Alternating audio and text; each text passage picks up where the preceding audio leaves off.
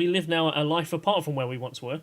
So I guess 2007. I guess the one thing that brings us together, and the reason we're talking today. So it's 2007. You and I must have seen the same film. That was the Zeitgeist movie. Yeah. So what kind of impression did that have on you when you first saw that? Oh, a huge impression. I remember watching it, and especially that first bit about the origins of religion having their pagan roots and the similarities between Jesus and similar gods that came before him, and just the whole aspect that it seemed to sort of. And then obviously the 9/11 conspiracy things that were in there and various other sort of stuff that was in it. So should we give a bit Appealed. of a should we give a bit of an overview for those who don't know what that film is, maybe? Because I guess so. Yeah, sure. So the Zeitgeist movie. Do you want to explain what that is? Because it's kind of in three parts. That first movie, isn't it? Well, yeah, there's the first part is the those pagan origins of religion in general. But no, a special attention paid to Christianity and how Jesus, essentially the Jesus character, wasn't written about until well after he died, and his 12 disciples were the 12 stars of the cross of the sign of the zodiac, which is the different ages of how and how the constellations move through the heavens. So the age of Pisces is no coincidence that it was fish at the age, associated with Jesus, because that was the age we were moving into 2,000 years ago, on accordance to the cross of the sign of the zodiac. The rise of the Son of God. Many pagan gods were built around the sun.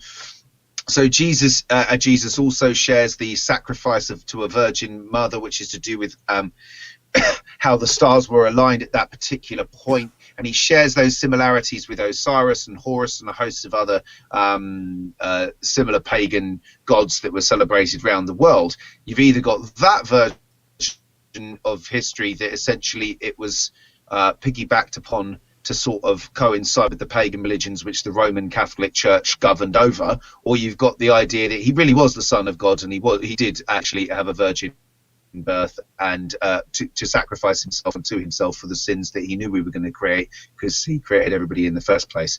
Probably I'd go with the first theory. but that was a compelling story, wasn't it? Because it's like it wasn't until much later I actually found almost a verbatim script of that segment that Peter Joseph uses in that film in a different book. But in the way, he's not wrong that how he describes it. I think he, a bit like, say, I don't know about your interest in martial arts, and I'll use this as an example. So the Tao of Jeet Kune Do made by Bruce Lee, he basically he was trying to find the fundamentals about mixed martial arts. They took bits of lots of different martial arts, put them in the same book, and went, this is what it's all about. And when I saw the Zeitgeist movie, I was heavily into martial arts at the time, and I saw that in a way going, oh, you described how lots of different, like you said there really eloquently, there was lots of different mythologies in that time, and they kind of coalesced into one, and that may have been directed intentionally from the Kingdom of Nicaea, and created the canon version of Christianity, and the control concept from that point. And I guess that then the film dips into its second act, which is really the 9/11 conspiracy, and how that certain people wanted a certain world control to happen, and they needed that kind of, I guess, control over people and the directive of the media and things to happen. And I guess there's so many holes in that story, it's not hard to find that to be true. And then the third part, I guess, is the banking, isn't it? It's fractional reserve banking, and the fact that essentially all money is created out of debt and paid back with interest that wasn't existing in the initial loan.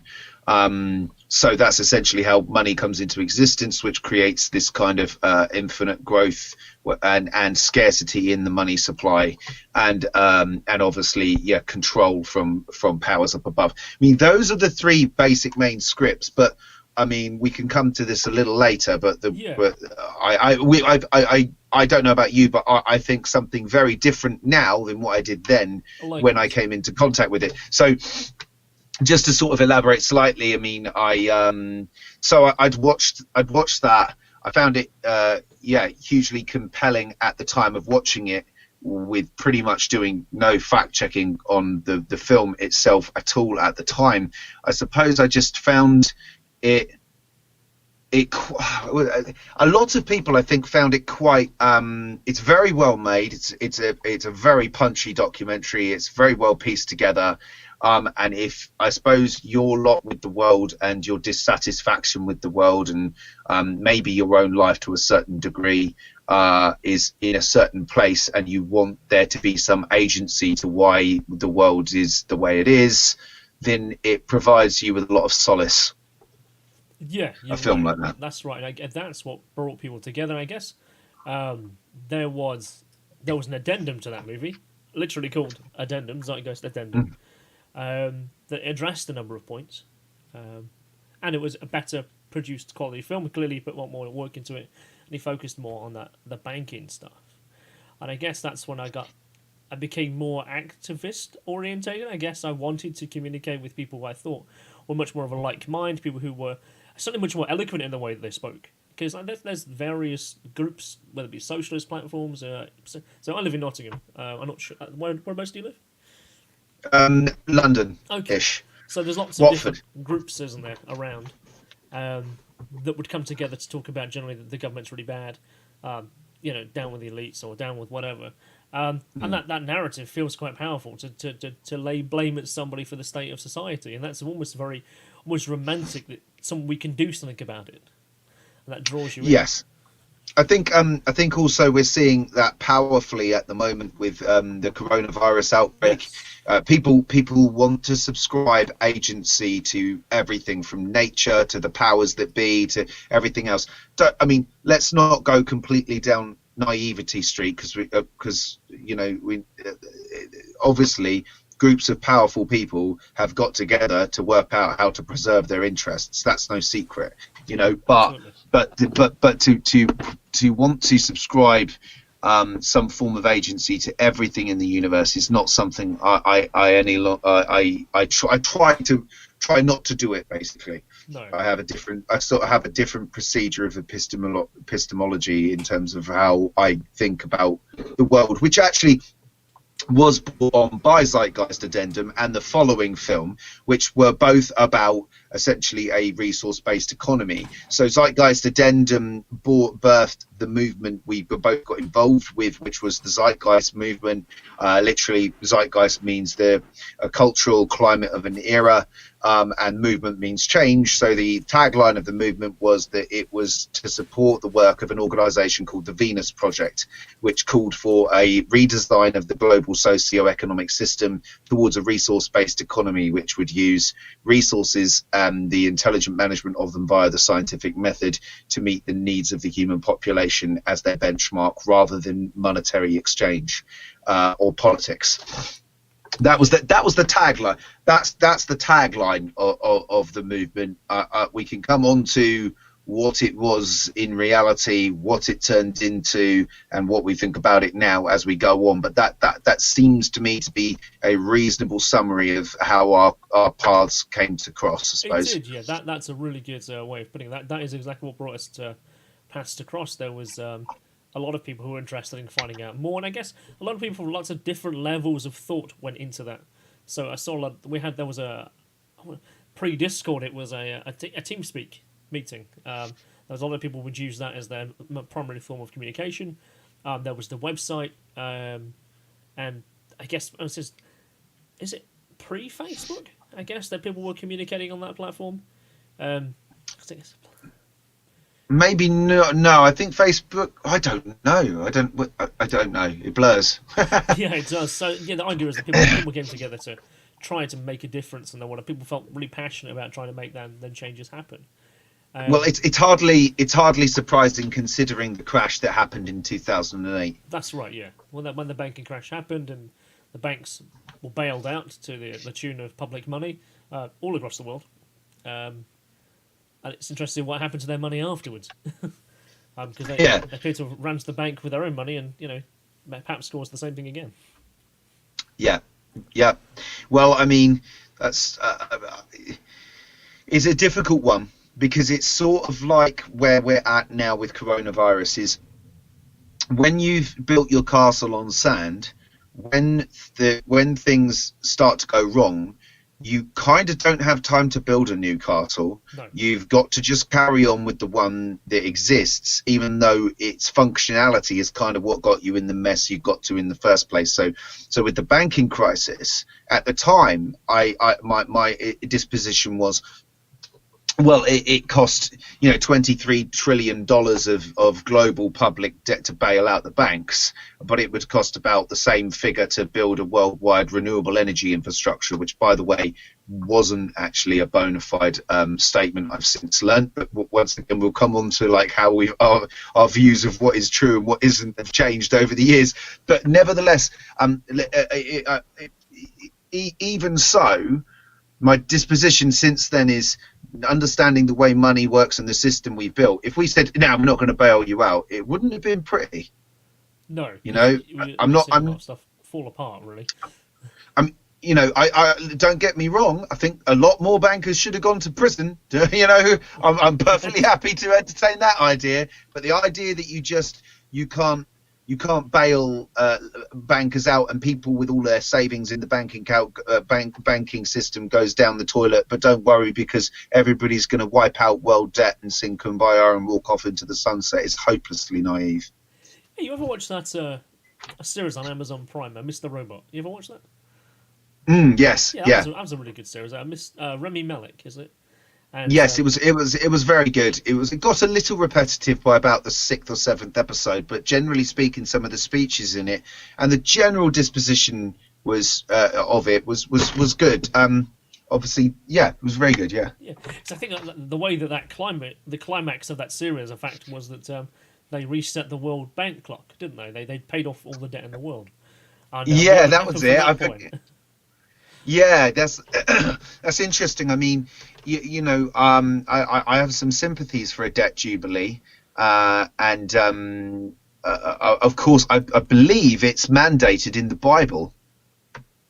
Interestingly, there's actually a debt jubilee mandated in there. So those of a religious persuasion could argue for that, I suppose. But I wouldn't like to entertain what the practicalities of it would really be. I mean, just fancifully entertaining it. I mean, it's not like Saudi Arabia are going to let America off their oil bill anytime soon. So I think the whole notion, that's why I called it hopelessly naive.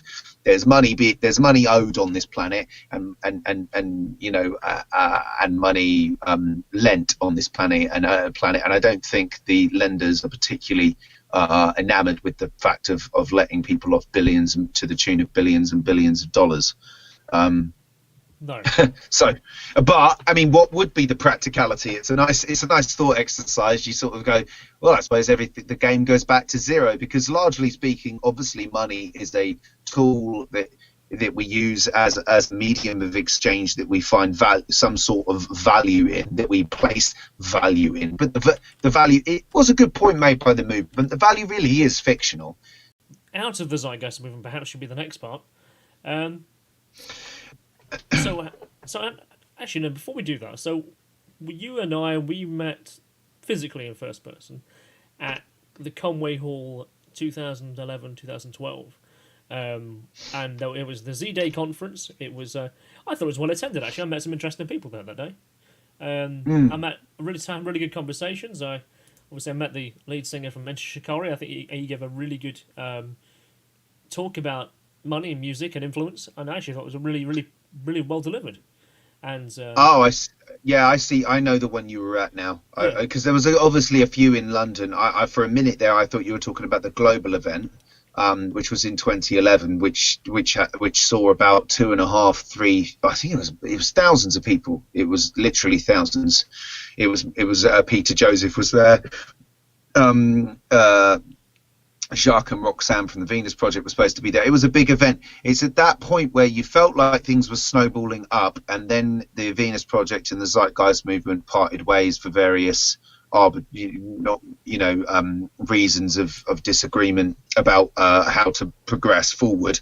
But then The event you're talking about, yes, Rao Yeah, Reynolds did right. a speech about the power of music to convey social change and yeah, it was very good. Yeah.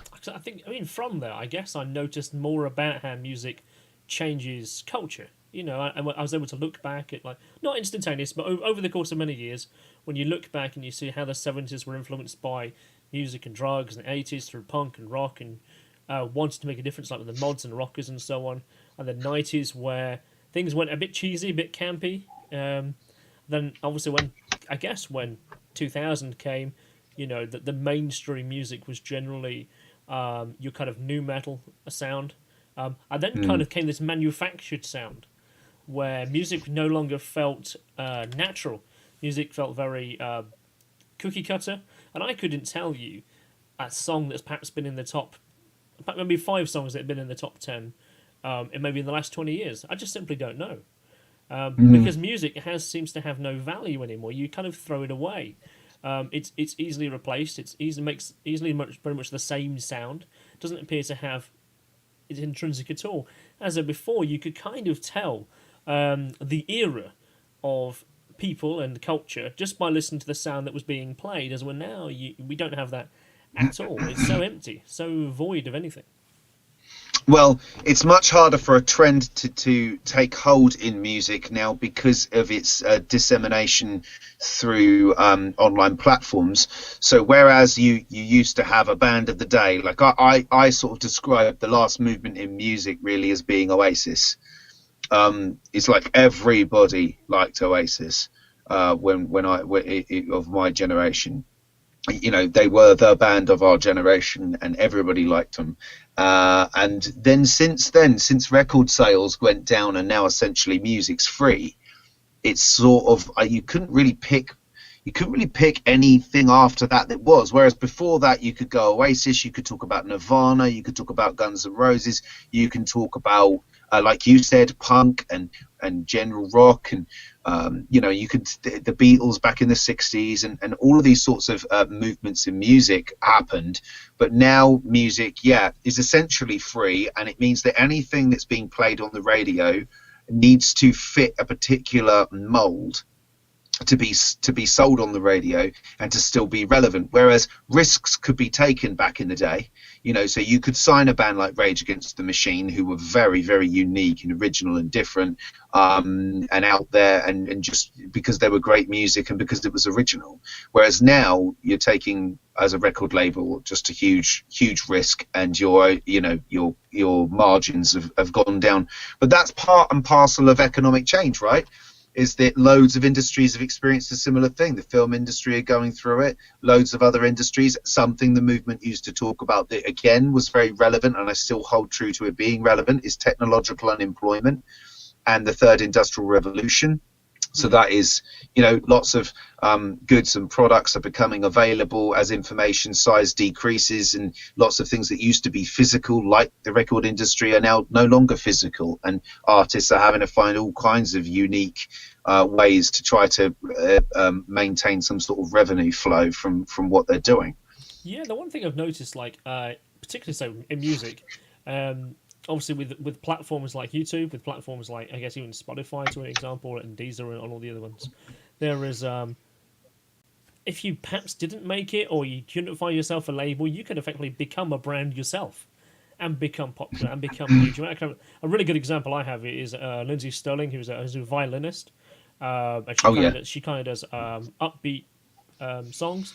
And I can remember when she had like under 500 subscribers on YouTube, and she did like X Factor in the US. She didn't do a very good job on there, but she teamed up with a filmmaker and continued to make lots and lots of really high quality videos and high quality music, and it allowed her to re-establish herself and on an online platform. YouTube took it by storm and now has like 14 million subscribers. So she took that and with a ball and rolled with it. And I can imagine there's so many artists who have as well. And this is kind of the mainstream shun them. Well, I'll do it myself. And now, Mm. on that very note, I mean, you can think about the internet has now become the platform for everyone to be. I hate to use the word a star, but you can become your voice on the internet. You can be a channel that you want, and I guess we've seen quite a few people do that. Internet stars like PewDiePie and so on. They exist. Mm. They've become popular because of the internet, but who wouldn't necessarily have ever gained an audience in the mainstream. Yeah, yeah. But I suppose so it depends on where your radar is at musically. There are some. I mean, there are some great artists out there who you just won't have heard of. But unfortunately, I suppose that the tough bit is you have got to wade through an awful lot of gunk. Yes. To get, that's why it's nice to have friends with decent musical taste. It's true. So you can hit them up for a decent recommendation here and there. But yeah, I mean, I mean, you can probably tell from these sound tiles behind me, if you haven't guessed already. Yeah. I'm a musician and a songwriter and producer and music teacher. So this is my studio basically. I'm sitting in at the moment. So I'm writing my own. I'm using this lockdown period to basically finish writing my own project that I started years back. And I always said, I wish the world would just let me have every single day in my studio so I can get on with this. Just for the record, I didn't mean this. But you know what? That's actually it's true. A lot of people actually I speak to now is just like, oh, I'm finally able to get into my attic, or I'm finally able to finish reading that book, or write this series, or learn the instrument I've always wanted to. And like you see, now the world is effectively on pause. We're actually able to do these things. Yeah, unfortunately, I am spending quite a bit of time procrastinating as well, which I'm not going to be able to forgive myself for if I don't pull my finger out and get on with it, because this won't last forever. But yeah,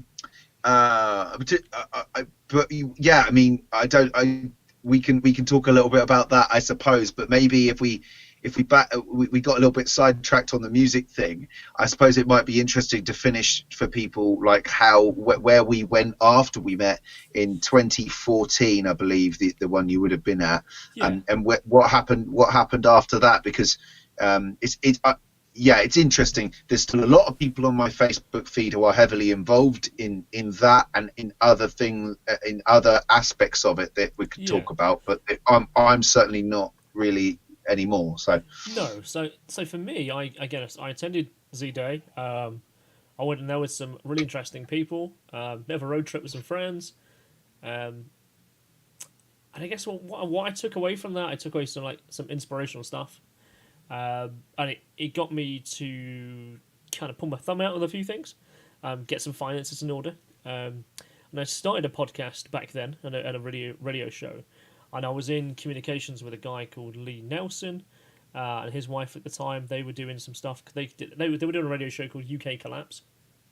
Very much a kind of once a week radio show where they effectively would recap the news of the week, and as a kind of like, this is how bad things are. So I started becoming a guest on that on a semi-regular basis, and then I was given freedom to produce a show for them. Like, they kind of brought together what I was interested in, which is producing and an audio production, video production. I put an awful lot of time into writing a script for every episode. Everything had high production value. When I would upload it for their server and it'd go out, and I did that for maybe about a year and a half. Where I guess in terms of say a format of a show, it would be I would kind of cover some of the news topics that had caught my eye. I'd then have a dedicated feature where I would find a particular topic or a subject to talk about for maybe 20 minutes, take a break, then do an interview with somebody. I then do kind of a way to bring it down a bit, so ease some of the tension that some of the things we were talking about was to kind of a bit of a lighter subject. Then the radio show would go off. I also had like bands submitting music to me to play out the music. So as a show, it was a formatted magazine show. Compared to the other shows that were on the network at the time, where they generally would just play music and rant. I mean, it's my opinion that was the case. Because I'm still in contact with like Lee and the other lady now. But I felt kind of marginalized in a way, because I was putting a lot of effort in, and everyone else was just generally just coming on the mic and just talking like it's a live chat. I felt very dissuaded by that, and then I got more into doing more day-to-day work. Family was growing up. I put my commitments and time elsewhere. And actually, that kind of took me out of doing anything production-wise for a while. And I kind of went back to just doing YouTube videos and doing like kind of gaming-related stuff. I started working with another production company and doing editing work and doing like reviews for public services.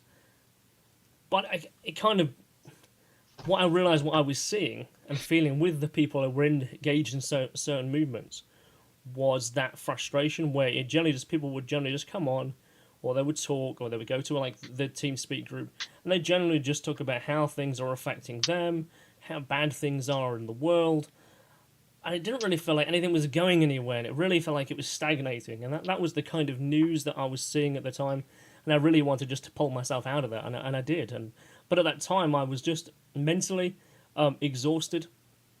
My daughter was going through difficulty at the time. She was going through a lot of challenges. She eventually had to live with me. More challenges happened after that.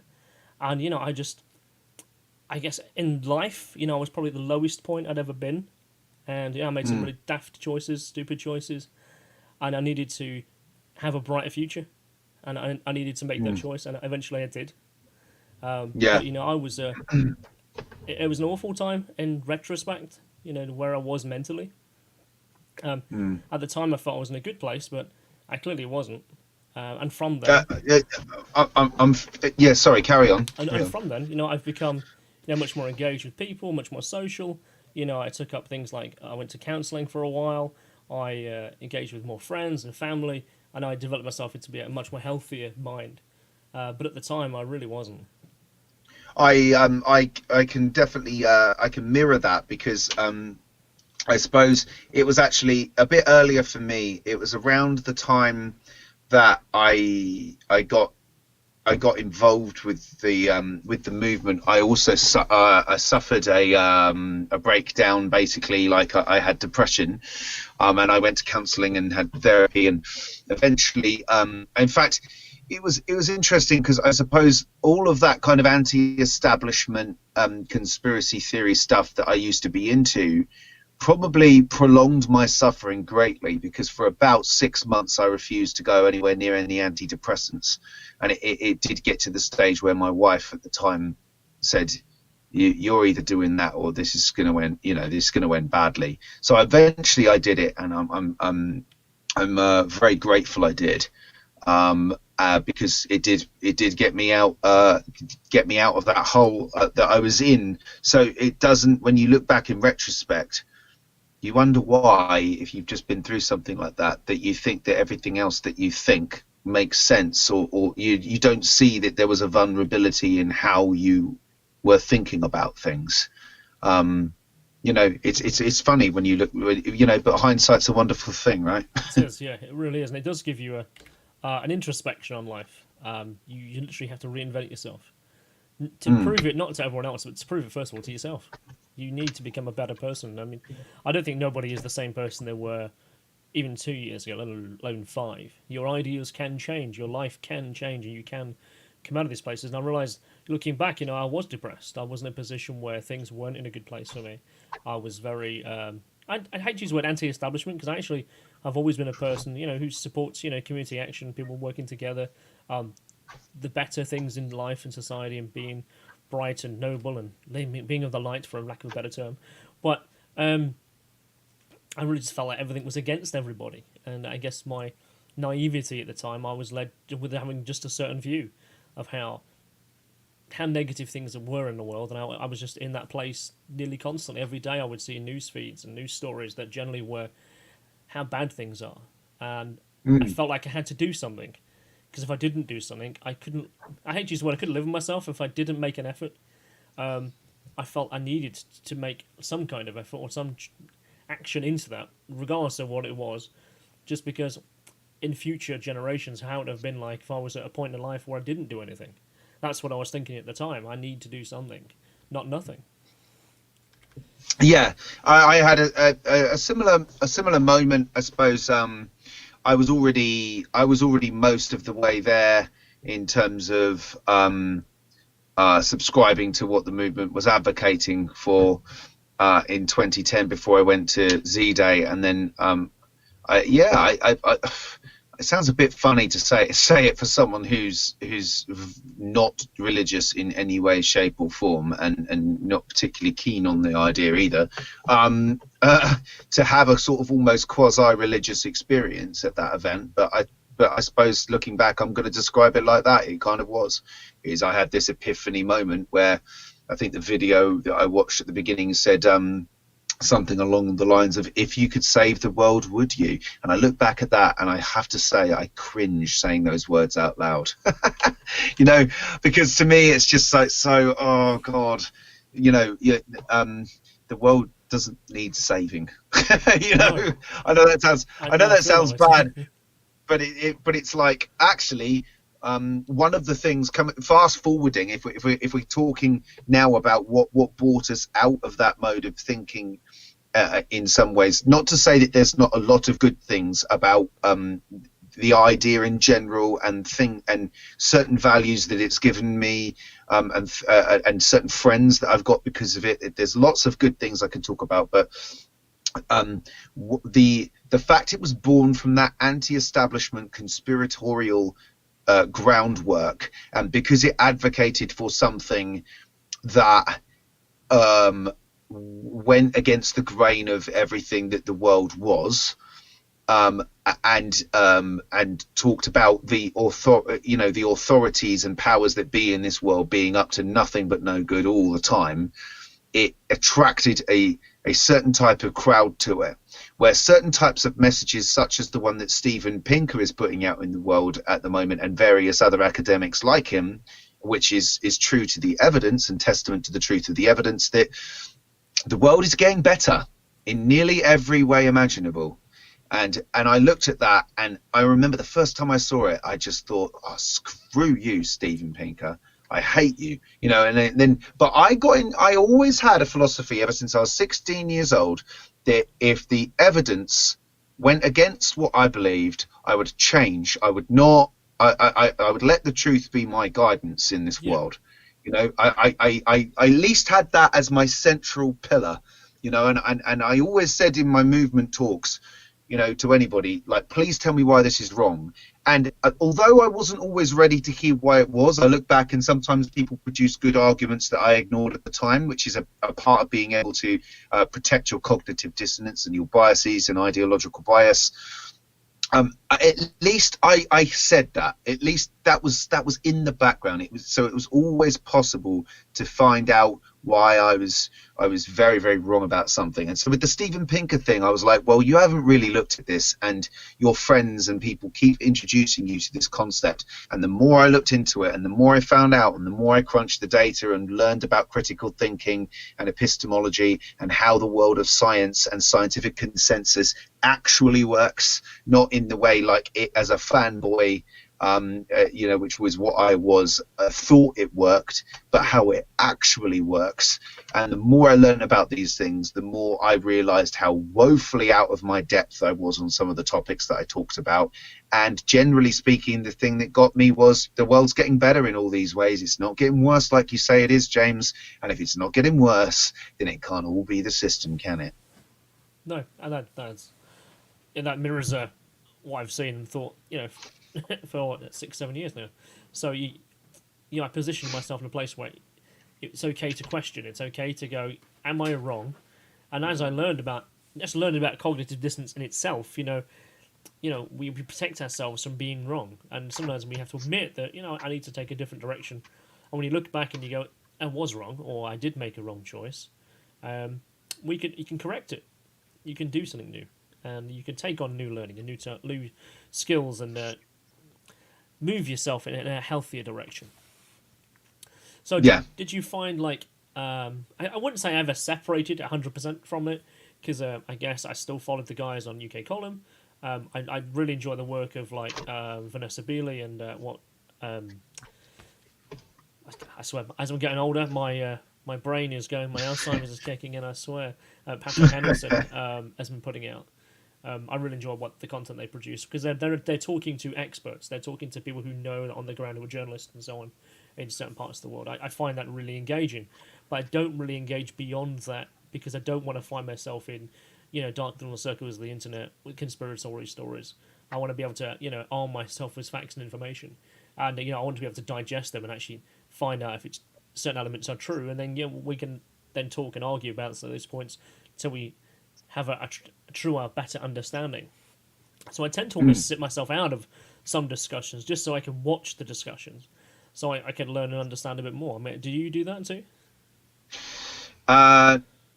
It depends if I feel. It depends on the subject matter, I suppose. If I feel I don't know, if I feel I'm out of my depth, then I try to have a moment where I don't jump in. But I still find myself I can be quite impulsive sometimes, which is probably not a good thing. But I'm just trying to think. I'm trying to think of a specific thing that I back out of. Yeah, there are certain conversations. I think it's the conversations where. There's a good friend of mine, Matt Berkowitz, that runs a YouTube channel called Scientific Literacy. He used to be quite a big player in the Zeitgeist Movement, and he runs a very good YouTube channel called Scientific Literacy. And the guy just reads books like you wouldn't believe. He's a statistician. He's very intelligent, and his Facebook page runs with people having very kind of not gutter conversations about silly conspiracies, not the ones that might be true, but for me, the stupid ones like anti-vaxxers and things like that. It's like they've gone beyond that, and that's where I those ones I'm a little out of my depth, so I keep it at a distance and just watch what people are saying most of the time, unless I have something to contribute. But I find it interesting to read conversations like that, and just more frustrating to read other conversations, although I think that delving into those ones is more useful because of where people are at. And I don't mean to sound condescending, but it's not condescending. It's just that everybody has a different pathway in life. So coming to the sort of epistemology is, if you think about this for a second, one criticism we can certainly make of the establishment and is that the way they've run their education system on this planet is such that it suited the workplace and it suited the economy that people were going out into. Is there is an authority figure at the front of class who tells you what exams you have to pass to get the grade that will get you into college, that gets you into uni, which gets you a good job, which pays the bills to have a family and then grow old, have a retirement and die. That's the story, right? Yeah. So basically, that's all good. But when you were teaching people at school, what did you teach them?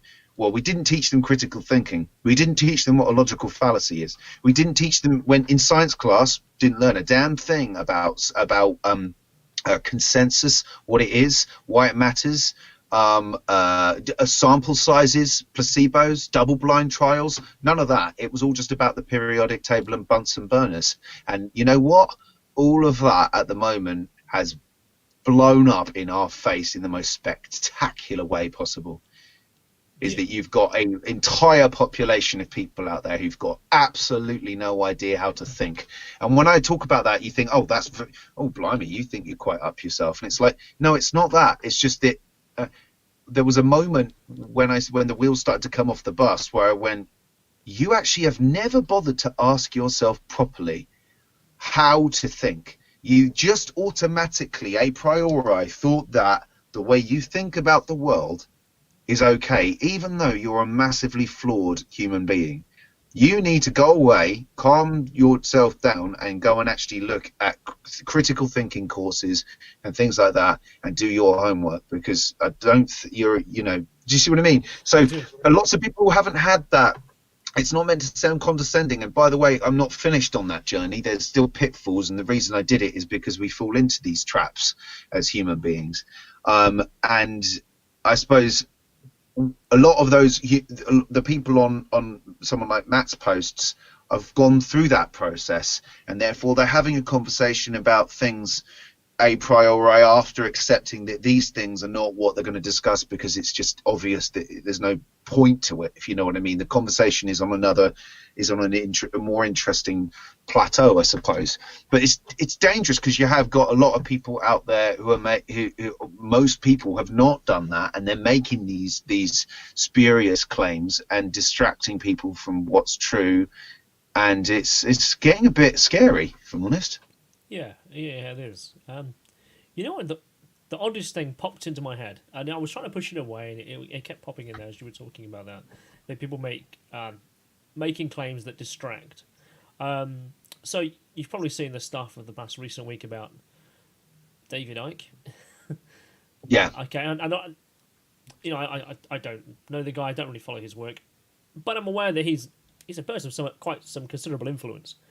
That, for the reasons why he's been taken off social media, of course, factually is because he's providing information about vitamin C, and I guess Facebook, Twitter, and YouTube don't want certain information that is not part of the World Health Organization's statements to not be presented. So I kind of get why he's been taken off for certain things that he said, but what it's actually done, and I've noticed it with some colleagues at work, with people I know, that they're now following everything that this guy has said. People from different friend circles are talking about David Icke's work. When a lot of that has now been, debunked, or people have moved on from that, more critical thinking, and they find themselves in a circle that appears to be a bit of a downward spiral into conspiratorial conversation, and you see that spilling out on social media in general, where people are talking about anti-vaxxers, anti-5G, anti-health, and it just they come across in a way that it's just drivel, and you don't want to engage that conversation, and you're almost afraid to say anything, to say, I think you need to stop. I think there's some points in what you're making are interesting, but you're linking it in with this. I guess the worst one right now, social media wise, that pops up nearly all the time is 5G, COVID, conspiracy. One is triggering the other one, and you just want it to go away. People need to stop that. Yeah, and think about. but it's not going. It appeals to a particular kind of part of the human psychology, which means it's not going away anytime soon. And that part of the psychology is that there is agency to nature. That this is all happening because of some global elite, and therefore we can fight and we can do something. Human beings are yet to accept the facts of what is going on this planet for the last 2.5 billion years. We still haven't got our head around it. Is that the game we're playing is called life? It feeds on life. That DNA molecule inside you, has been replicating itself to survive for 2.5 billion years. Now, that's the game we're playing, and unfortunately, what we did with the fact we got consciousness and we've got all these fantastic abilities, made us think that we're bigger than we are. We made ourselves think we're more than nature. We're the kings of it. What do we call ourselves again? Oh, top of the food chain. Yeah, don't look like it now, all locked down in your houses, does it? No, it really doesn't. No. And that's and it's that. I suppose I often say to my wife, like, the book I would have to write would be called something along the lines of humility. It would be something about humility, because our hubris and our overwhelming sense of how wonderful we are as a species drives me insane. If we were more humble, if we were more willing to admit that the reason that science is there, the reason that, people don't even appreciate they've got an ideological bias, and that's what's leading to all these things. Is it's for them, it's more psychologically comforting to not upset how they think. So you're either someone who accepts all of everything the mainstream media tells you, or you're someone who accepts that none of it is true. Once again, it's one of the hollowed out middle grounds. You're finding it with Trump and Boris Johnson and Bolsonaro on one side, and conspiracy theories. Do you know what I mean? So the whole thing is like this hollowed out place where nuance has got no place in the world anymore. There's no such thing as nuance. No, it's almost like it's tribalism in a way. Yes, People group and and that's band what. together. And actually, that's a really interesting point. Actually, to just stop on it for briefly, if I may, is that one of the objections brought up to the movement about why we couldn't live in a money-free world that was based on the scientific method for social concern and high state of technology, etc., was because of human nature. And what we did is as a movement, we built a straw man argument, which was to say that the people who talked about human nature said that human beings are naturally competitive and violent and greedy, and that's why that your idea would never work. And to be honest, that was quite an easy idea to bat out the park, because it's not true. Human beings are a lot more than that. We can be cooperative, we can be generous, we can be empathic. So yes, fine. But the argument that never got really presented the whole time I was in the movement, but it's much more real, is what you just said. We are tribalistic. We evolved ourselves in small tribes, hunter-gatherer tribes of around 100 to 150 people. We were not built to live in a world with 7 billion people in it. That's not kind of how we evolved. And the ideological bias was useful back then to survive, because you believed in your tribe and the religion made sense and it had cohesion to you, so that when you fought the tribe next door, you won. Yeah. And when you won another day and you won out, you believed even more in your ideological bias.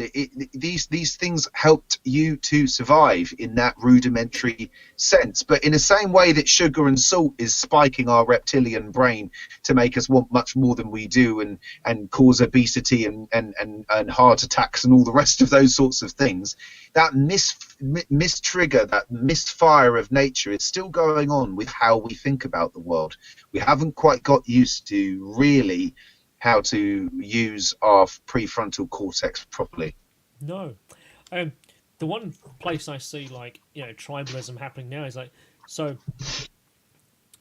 as you were talking there, so my mind went on kind of thought trails about how we started in those 150 person tribal groups, who happily would support each other. One would chop timber, one would help build equipment and so on, till we got to a point where they wanted to expand and gain more people into groups. And that's how effectively how countries have grown up, and how countries have evolved to the point they are now. They are effectively a whole tribe of people, and there's a barrier there where we can't step on their barrier and they can't step on our barrier, because we've got to the same point tribalistically. We can't overlap each other. We're equally equipped economically, we're equally equipped power and struggle wise.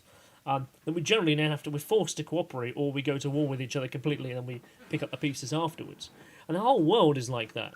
And whole countries, the whole continent's like that, and some areas are still at war with each other. Their tribal ideology is against another, which is the reason why in separate parts of the world you have different ideologies about how things can work. Say we look at China, or our capitalist system, or how Iceland's system is different to, say, Argentina's system.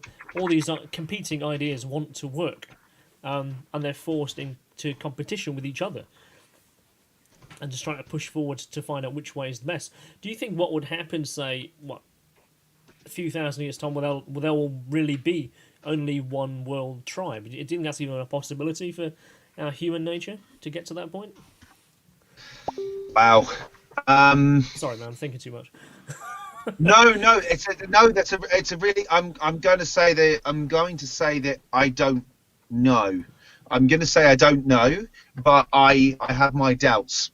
I think that for all the reasons we just mentioned. I mean, these are the sorts of things that the movement did bring about, because I'm sort of, people think, oh, you're really down on it. It's like, no, I'm not. The idea that we live on one planet and we share it as one people is a beautiful idea. The idea of countries is so primitive and juvenile, and Peter Joseph did say a wonderful thing with that. Is patriotism is just racism with flags. That's all it is.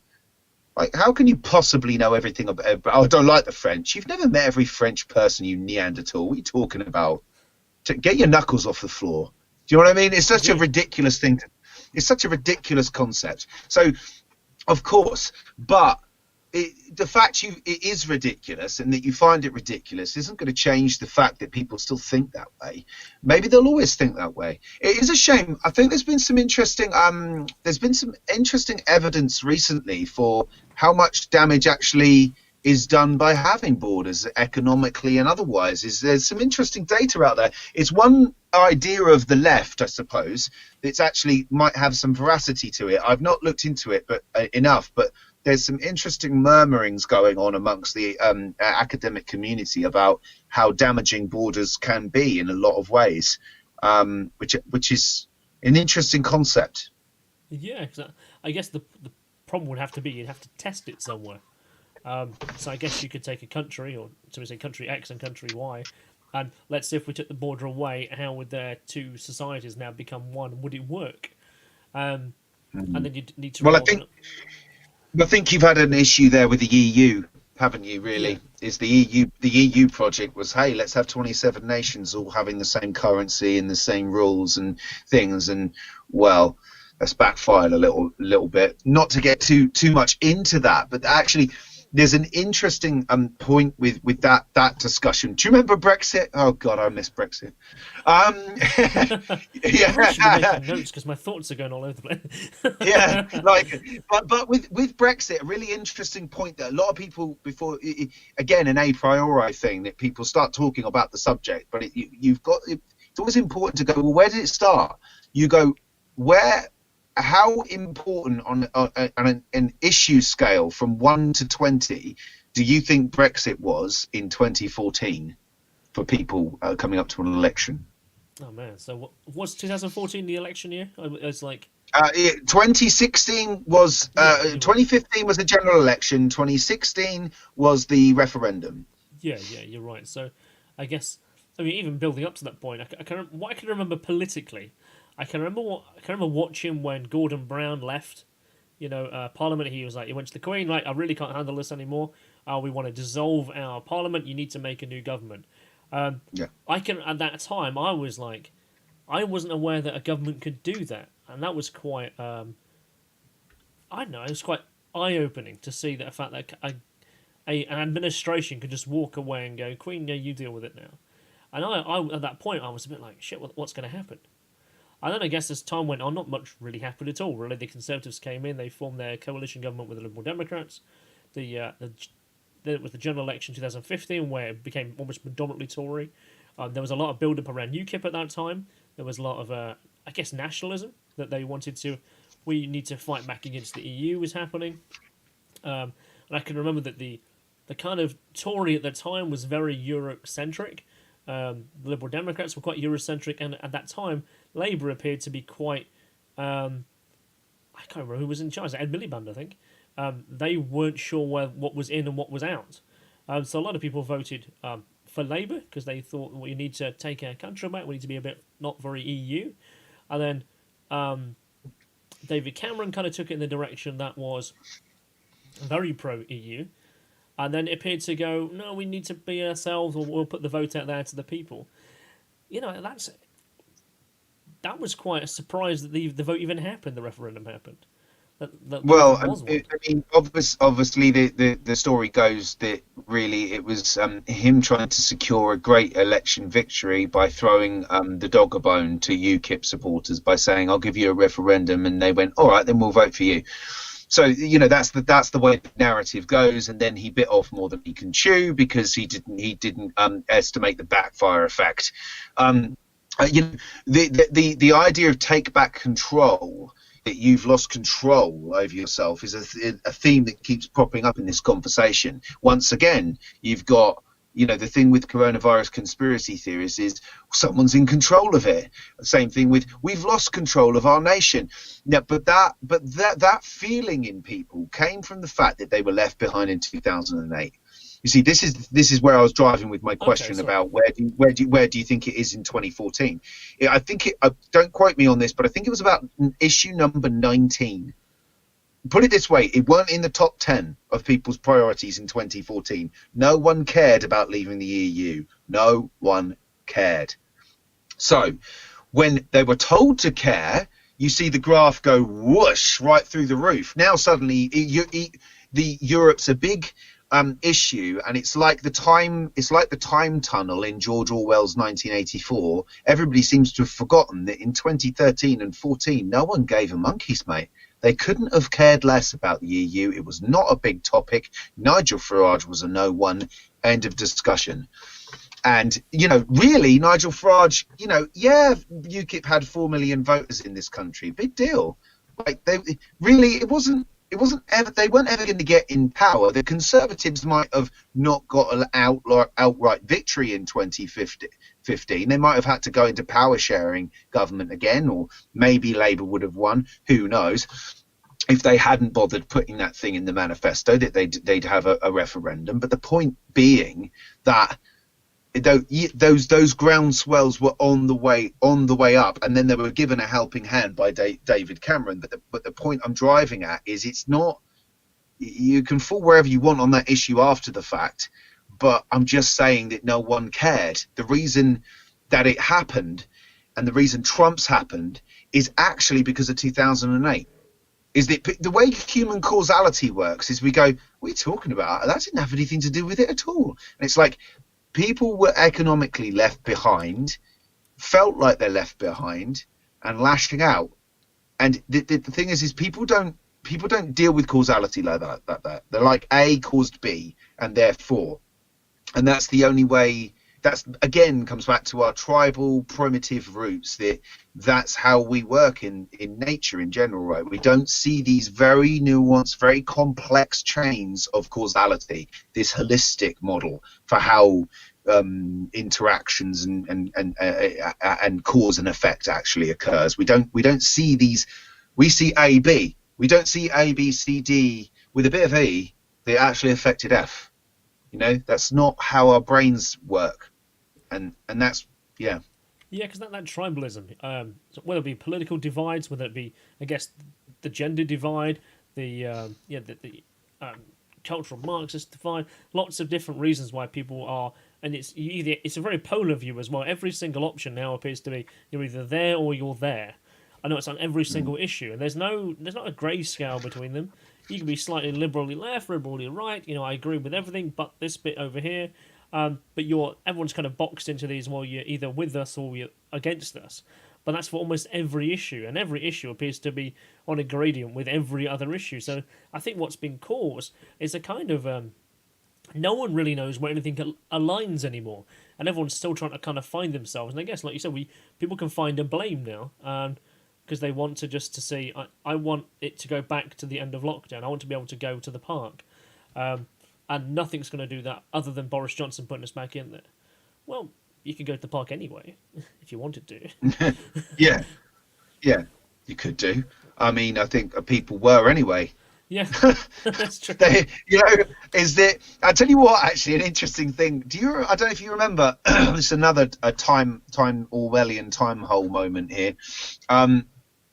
Before the lockdown was happening, people were saying, well, if we call the lockdown too early, people won't obey it.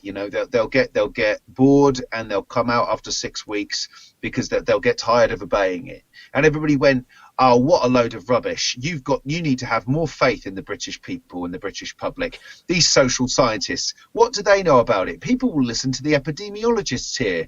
And you know what? I go out on a Friday to do our bits like laundry and shopping and things. Other than that, we were locked down. So I go out one Friday, there's hardly any cars on the road. Following Friday, I go out, and it's almost not back to normal, but it is busy. And the lockdown, nothing's changed about lockdown. Nothing's changed at all. And you just go, why is everything so busy? Because the social scientists got it right on this one, mate. Yeah, I have to say, I thought there was a period of time when there was nothing happening, there was no one around, and then it kind of trickled in a bit. People were kind of going, well, no one's going to bother if I go to the park. No one's going to mind if I go running. And people were kind of like poking back at the government quite a bit. I'm defiant that they're going to go to the park, or defiant that they're going to go shopping and do it anyway. And you find people will just go, that's it, I'm going to do it. I don't going to care about it. I'm still going to go see my family, still going to go see my friends. And you kind of wonder, well, that numbers are still going up, but who cares about that? That's not a part. I'm not causing that. I'm still doing my thing. And obviously where I work, I work in retail. and obviously I'm still forced to go to work because I'm classed as an essential worker. I haven't had any time off at all. I have seen that public transport, because I live like a public transport network route, and I have seen it go from being absolutely dead, being the only person on the tram to work, to now being like the last couple of days, stood up with about 50 people around me again. How it was Really? before, yeah, and like maybe in the last week or so, there's a lot more traffic on the road. There certainly was yesterday. 2 weeks ago, there was none. Yesterday, cars were only bumper to bumper. Was it an interesting question? I actually I live on a boat, and the power is nearly running out on my laptop, so I'm going to go and turn on my electricity briefly. Sure. But I've got an interesting question to leave you with. After Boris Johnson made his statement on Sunday night, did you notice a noticeable difference on the Monday morning?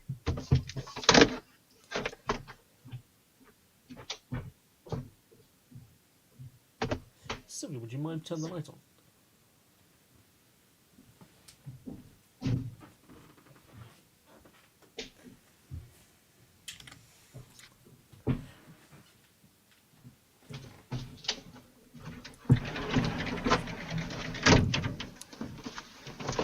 So, to fully answer that question, so did I see a difference between, say, Sunday to Monday? I saw a lot of people anticipating being able to do everything back to normal on the Sunday. That was everyone's kind of conversation on the Sunday. When Monday happened, the roads were certainly markedly busier. There was certainly more people out. I mean, the store where I work at was noticeably busier. Even though the lockdown is still in effect, you still had a limited amount of people who could come in. But the queue outside was huge. In fact, I've got a few video clips about it that I'll deliberately post over this video at this point when I go through post-production. It was just, there was a lot more people. And a lot more people felt like it all went back to normal. Even though people were saying in conversations from Wednesday it'll all be back. Even though none of those things were actually announced on the Sunday. People, I thought... No, I mean, everybody knows it was a balls up. I mean, it was obviously a cock up. But it's just, I suppose I found it interesting because there was an interaction with some of my extended family members over an article that was posted that said that everything people went back to work, and he said no, the trains were already busy. And I found another article of people saying, well, no, it was markedly different than on Monday morning. And his response was, what was it? It was, don't believe everything you read in the media. It's not like companies at 7:30 on Sunday night suddenly said we've got to open up Monday morning. And I thought, well, that's not that hard to do. If he said everybody should go back to normal on Monday, that's not that difficult for people to then call their boss and be like, well, I suppose I'm coming back in then, get on a train on Monday morning and go in. And I was thinking, it does say here from a lot of people anecdotally that the numbers has gone up, but the fact that you're getting on a train and going there, I just wanted to ask another person. But I've been meaning to delve into it because I just want to sort of say, why do you, it seems like you're trying to almost defend Boris Johnson here because I know you would have voted for him or something, where it just seems to be like, look, I try to be as charitable to my opponents as possible, but what he said on Sunday evening was freaking stupid. You know the worst? I don't even think I fully heard what the conversation was on Sunday. From my understanding, again, I've been only able to piece it up by what people have posted on the media. I generally kind of, I hate to use the word ignored it, but I was like, what happens, what happens.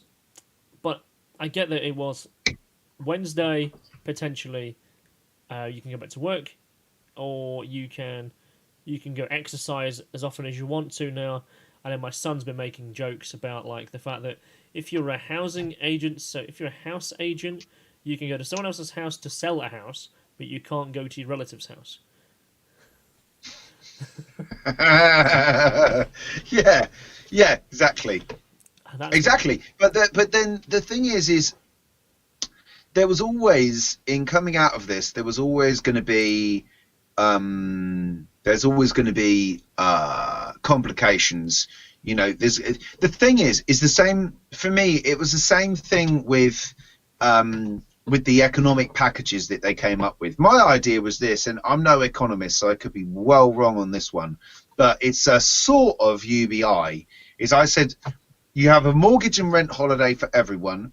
Businesses by law are not allowed to go bankrupt. All of their debts and what have you to banks are frozen.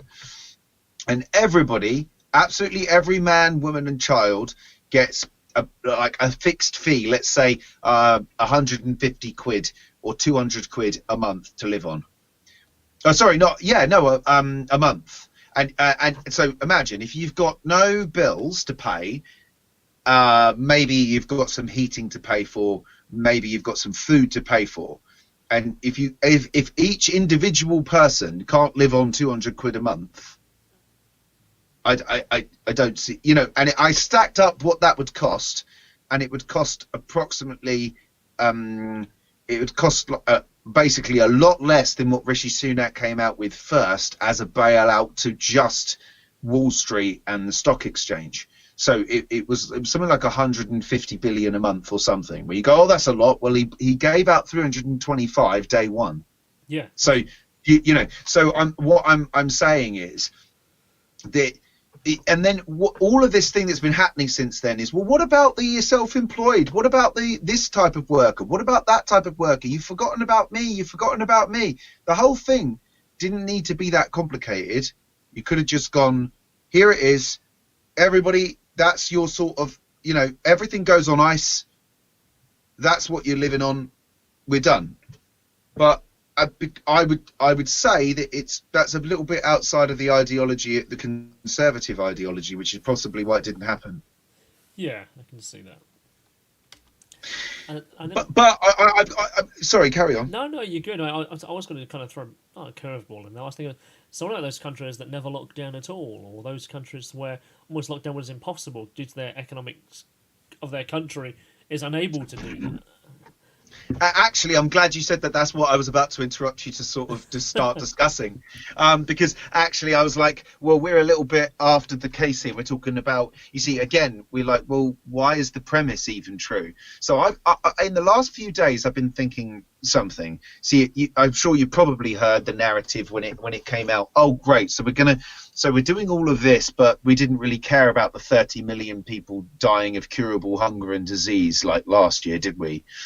And actually, if you build upon that narrative just a little bit, right? Because I think I'm right in saying we got an awful lot of homeless people off the streets pretty quickly. We did.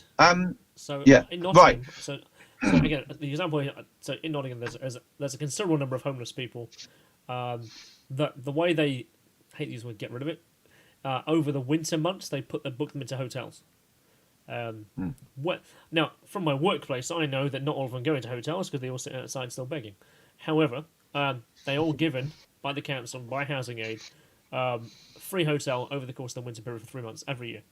And there's a Nottingham mandate that says no one will be homeless for more than 24 hours. And I guess a lot of people have antisocial behaviour issues, drugs and alcohol dependencies, which I guess that perhaps be the reason why they're not doing that. But country-wise, you're right. Them homeless people were instantly giving a lot of money, surprisingly off the bat. Yeah. So that magical money tree found a way to grow itself, then, didn't it? It did. Yeah, it's funny because I was told that didn't exist. But anyway, leaving that aside, for a second, because that's a little bit petty of me. Because actually, in normal times, if you do keep on going and spending money. In normal circumstances, you are going to build yourself up a deficit. So I won't be. I'll take that back for the record.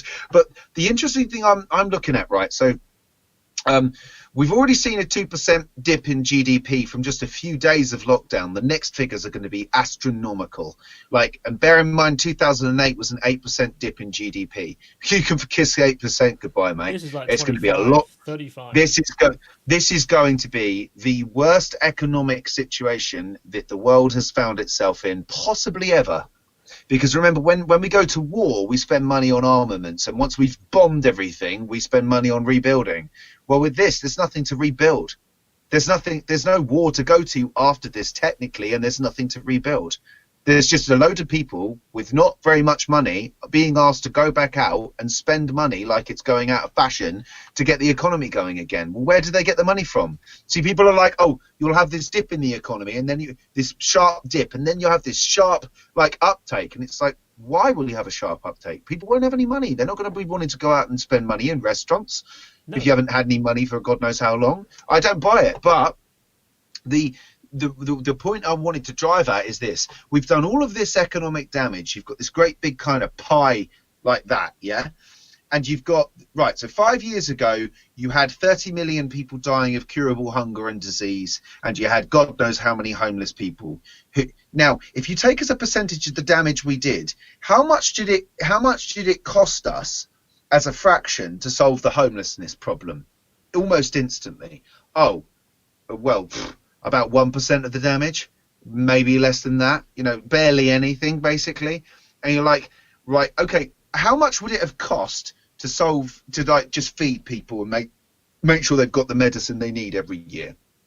Take a fraction of those issues. How much of the damage we've done as a percentage would it have taken 5 years ago to solve those problems? Oh, like 5%, James. So here's your species. Sorry to be a bit down. They don't care about people they don't know outside of their immediate disposition to a tune of 95%. That's how much they don't care. Yeah, we're willing to do this much damage because it might be your nan that dies. Yeah, that's an interesting dynamic of putting it. And if I'm not suggesting this necessarily per se, right? Because on a practical level, what I'm about to say doesn't work. But if you were asking for just consistency, if all you were asking for was consistency from your species, then here's what you would do. You'd say, for the elderly and the vulnerable, it's probably a good idea you stay behind closed doors, but everybody else is going to have a party. Forget it. It's nature's way of giving you a haircut, mate. It's a virus. It's what viruses do. But 500,000 people in the country are going to die. 30 million people died last year from curable hunger and disease. But you know what? They were in some dust bowl in Africa, so screw those. Screw them. Who cares? You know what I mean? And it is exactly like that. It is. It just doesn't sit well with me, and everybody else seems to be sort of all kind of putting rainbows in their windows and talking about how we should all save lives and save the NHS. Save lives, my arse. You couldn't care less about it last year. No, you're right, because no one would and no one could, because it didn't bother them and it wasn't someone they knew. It was some other people over there, and it's someone else's problem. I don't really have to care about it. Yeah, exactly. And so, and this is the truth that's not really coming out. Like on the radio, a guy was sort of driving at this point the other day, and when the radio interviewer came out and said, "But if we'd done nothing, 500,000 people would have died," and he sort of piped up. Then he went, "Oh yeah, well yeah, fair enough, Whereas if I was on the radio, I would have said, "So what?" Well, didn't that figure come out of the Royal Institute of London? That it turned out they had to redo that, and it turned out being something like 5,000. Because I think there was 2 iterations where their mathematical model didn't even make sense, and then they had to redo it, and it was it came out about 4,000 or 5,000. Yeah, of course. The problem with all of this is that the best analogy I've heard is it's essentially people trying to do the autopsy before the patient's died. Is everybody's trying to say how bad this thing is, but you don't actually know how bad it's going to be until it's done. And then, of course, when it is done, you'll say, "Oh, you see, it wasn't that bad." Well, it wasn't that bad because we locked down the planet, mate. So it's one of those it's one of those sort of awkward situations. I understand why people have reacted this way, but a 25% dip in GDP to save even the worst case scenario would have been how many million? Maybe Spanish flu. It wouldn't have been Spanish flu-esque. No. Not with modern medicine and contact tracing. And look, the reason we did it was not to swamp the NHS. Now they should have had enough time to get all the PPE they needed. They should have had enough time to get prepared, get these emergency hospitals up and running for any kind of flood that would come in. At some point, and it's an uncomfortable truth that people have to hear now, is we, like I was talking about at the very outset of this conversation, we built our castle on sand. We built an economy that can't stop for even a day, and we've just stopped it for 6 weeks. Having a recession isn't something to be scoffed at. It does result in death of people. It does result in hardship, right? And sorry, but most of the people dying from this are old. And they ain't got long left on this planet, and they are basically saying to their grandchildren, and maybe even the next generation after that, you can pay the bill for me to live another 5 years. There was an interesting message from a good old Greta Thunberg a few months ago, where she's like, the old people. I hate to use the word. I'm going to paraphrase what she said because I can't remember it verbatim, and it was something quite. I hate to use the word draconian, but what she said was we should cancel the pensions and use that money to save the earth. The old people should die. Yeah, I mean, obviously, in the right way. Yeah. It's a look. I mean, I think it's important for anybody watching this, because I might put this out on my Facebook as well at some point. Is just to couch everything I've said in. I'm only talking in philosophical principle here. Yeah, I'm not, and in frustration. I am not actually saying that. I'm not recommending this. Do you know what I mean? I'm not saying this is the route to go. What I am saying is that there's more, again, nuance to this than people would like there to be. It is not as simple as just saying we'll save lives and save the NHS and the lockdown can go on as long as it's got to go on. Yes, I know the economic damage is bad, but we'll just have to live with it. No. I don't think you've not done the proper analysis of the two metrics here. Okay, I mean, for instance, even I haven't. So someone corrected me on this. They said, I was saying, but people die when they don't have a functioning economy, like there's things like domestic violence are going to go up. I was saying to my friend, but my friend said, yeah, but also, James, street violence and murder have gone down because people aren't out there. And I went, oh, yeah, I didn't think of that. And so it's a really complex way to balance it. But in the long run, you can't do 25% worth of GDP damage to economies and expect them to just... people just to carry on going about their everyday life and food supply lines to work and everybody to still have a job to pay their bills and to keep the whole hamster wheel running. Do you know what I mean? Yeah, I do. And there's countries that don't even have a very good GDP. I mean, in fact, I was actually watching an RT documentary yesterday, and it was about the electric waste that predominantly comes from Canada, the UK, America, and it all gets sent to Ghana basically. And how is it pyramids of waste? Is that what it's called? Something like that, yeah. And so I caught it last night, and it was how they effectively they get the metal, they burn the plastics off from their televisions, and they use the metal and they try and sell it as a form of economy within their local community, and how terrible it is. All the water is poisoned, all the land is just saturated with metal waste. And there's nowhere to live, but the economy has to work. They have to keep doing this to keep going. So we've been able to weather the storm because we have an economy that is, I hate to use the word, it could take this hit in a way, but a country like Ghana or some of the other countries in the world don't even have a functioning economy that's very good other than a barter system between each other. How does that work? Well, actually, that brings up another very, very salient point, right? Is that you've got places like I watched another thing on the favelas in Rio, I think, or it might have been the old townships in South. It was the townships, but the favelas are getting it bad as well. They're asking people to go into lockdown and isolation.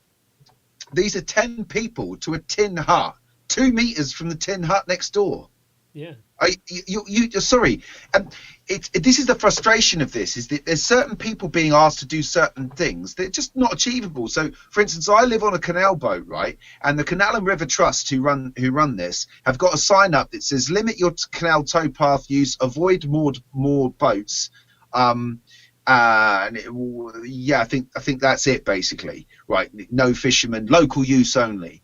And you think to yourself, who cares if they're local? Limit Well, no, because if you're on a canal towpath, you've got 1.5 meters to walk past another human being. You can't achieve social distancing unless you go swimming, mate. It's not going to happen. And whilst we're on the subject of avoiding boats, how do you know there's going to be one half a mile up the towpath? There probably will be. So everything they're asking for is completely illogical. And it's the same thing that goes for the townships. And it's the same thing, by the way, when we were talking about lockdown, I remember seeing a homeless man on the streets coughing his guts up outside Croxley Metropolitan Station, near where I live, and someone sort of going into work, and it painted this picture in my mind of kind of like, so now we care about him.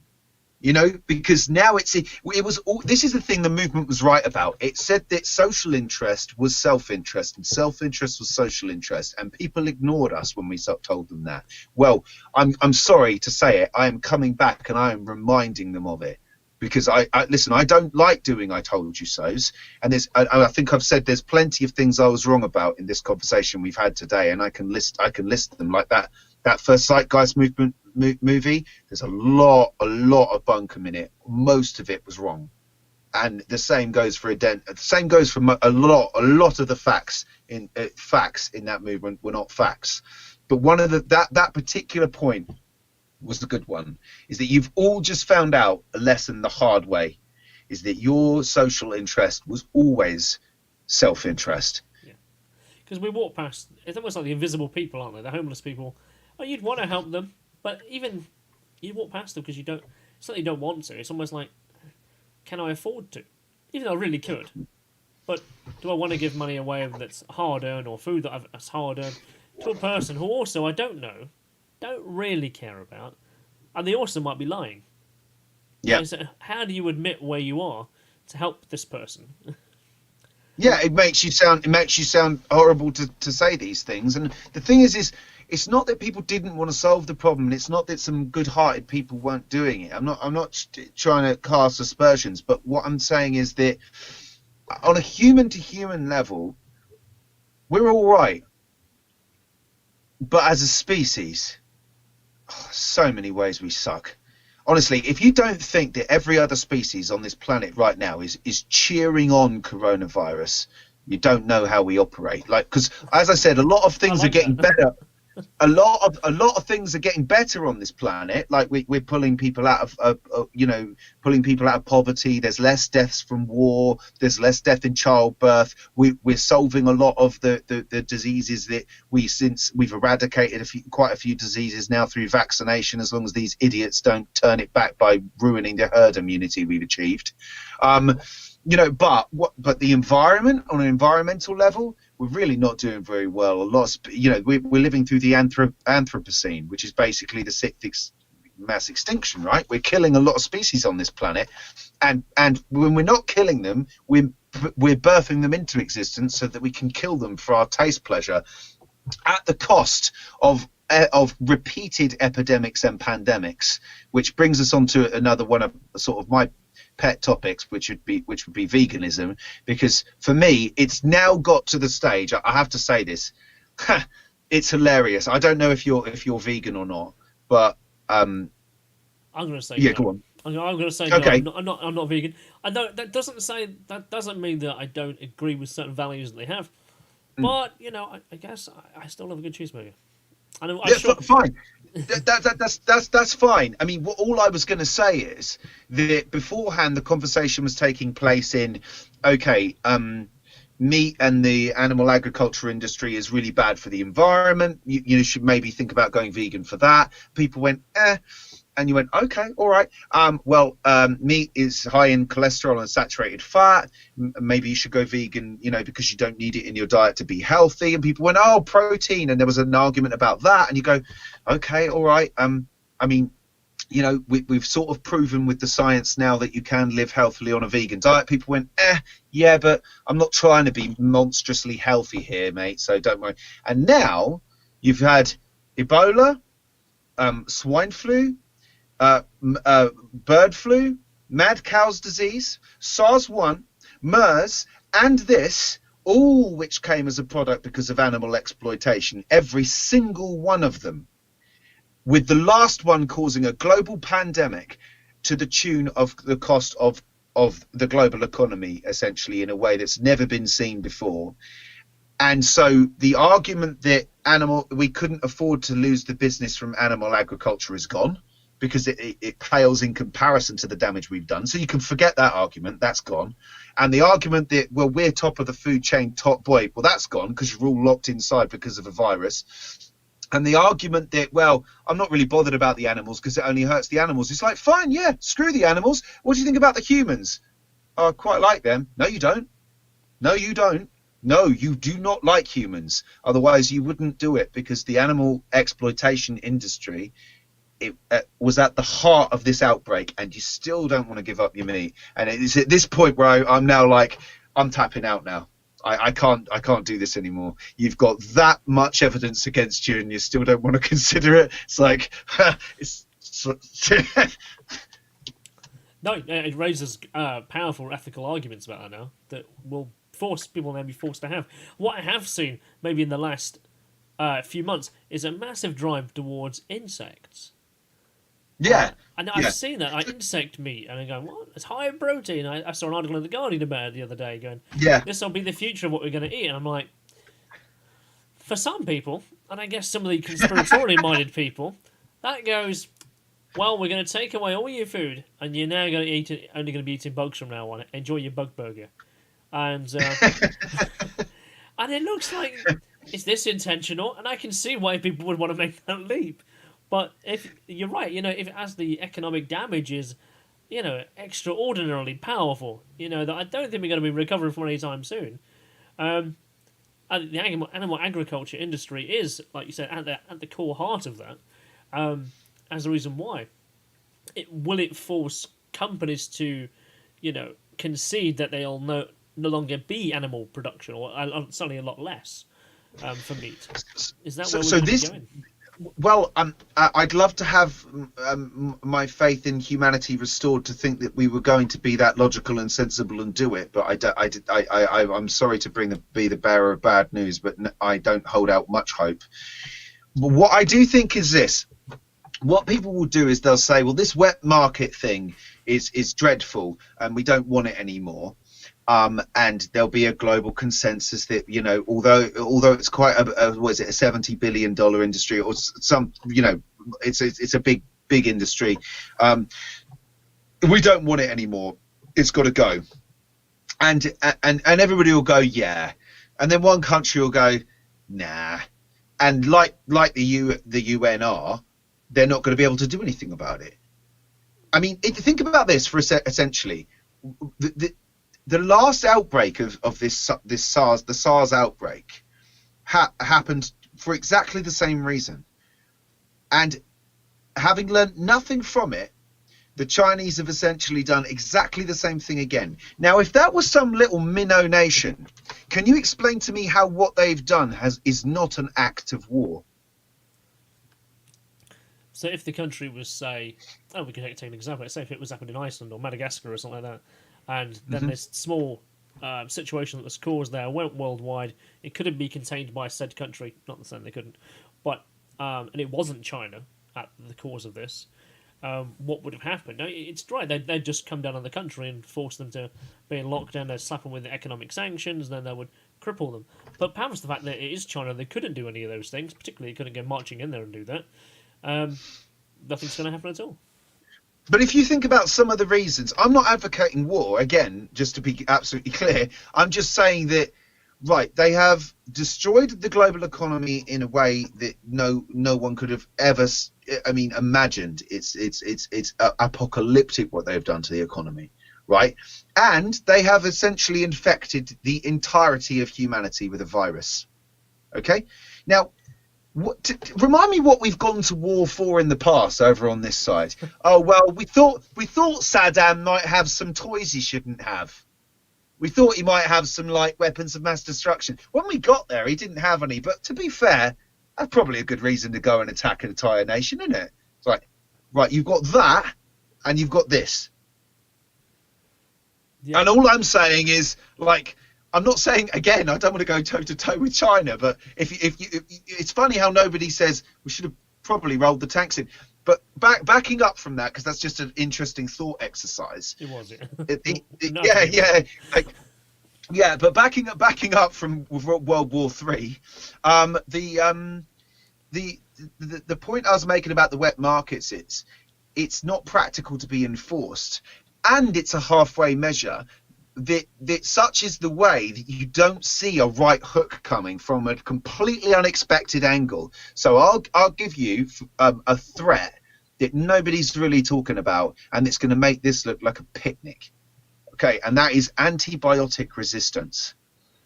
Well, that's been a big conversational point for quite some time, certainly between epidemiologists, biologists, virologists. They've been saying this is going to happen. There's no reason why it shouldn't have already happened. And there is a remarkable number of diseases that we're already aware of that, if they get out into the wild, will cause this effect. Like the level 4 biohazards. But you've got problems with antibiotic resistance because of the it's interesting that you saw these viral jumps from species to species increase massively in the late 90s and early 2000s because of a increasing demand for animal protein. And an increase in the amount of the more animals you pack into a factory farm space, the more it cuts down your costs, and the more of an ability you have to sell your product at a cheaper price, etc., etc. So you had these rules that changed, and lo and behold, where you changed the rules, you started to see a jump over of these viral jumps from species to species and eventually to humans. And that's been a big occurrence. We've had more epidemics since the turn of the century than we did in the entire last 20th century. So we've had more inside a decade than we have in the previous century. So, you start to chew on that for a minute and you go, whoa. But that's because of the factory farming situation. Now, any of those epidemics, if they'd had an R rate of higher than they had, like Ebola or what have you, we would have been facing this. It's only luck that we haven't faced this like years ago, to be perfectly honest. That's all it is. That's the only difference. And that's the only difference between a wet market and a factory farm. And that's where humanity will stop. They'll go, well, it's the wet markets that's the problem. They won't talk about the factory farming. And whilst they're doing that, meanwhile, factory farming comes up on the wings, and it gives you another epidemic and then another pandemic, and then one for luck, it gives you antibiotic resistance because you're giving all the antibiotics to the animals. They're in close proximity to each other to make sure they don't infect each other with regular diseases, which means that finds its way into the food supply, aka the humans don't have that resistance anymore. Therefore, the antibiotics don't work for them. They get sepsis, something you shouldn't die of if you go to a hospital in time to get the right antibiotics. But nowadays, you die. Yeah, that was, again, I guess it's a topic that's come up a few times. I watched a documentary about that maybe a year ago on that very topic, and it was talking about how cows, horses, pigs, and sheep are currently they are being given the highest level anti-vaccines as it is now, and they're having to now give that to humans as it is, which already has its major side effects. And there is nothing beyond this being developed because there can be nothing developed beyond this. So we're talking about that's a major issue, and we still keep giving out these. What's the word for the fucking tablets and so on, antibiotics. We still keep giving them out almost like wanton abandonment. Doctors are happy to give them away. But it's true, we're now nearly resistant to them. To any kind of new form of thing that's going to come along is just knocking us out. And of course, there's also an issue with the development of them in terms of profit, because when you're a drug company, if you develop something like an antibiotic, it has a certain shelf life before you've got to adapt, because of natural selection, the viruses evolve to overcome the antibiotic you've given them, and therefore you've got to develop another one. So there's a shelf life issue. There's a lot of work and resources that goes into making them, and they're not necessarily always profitable.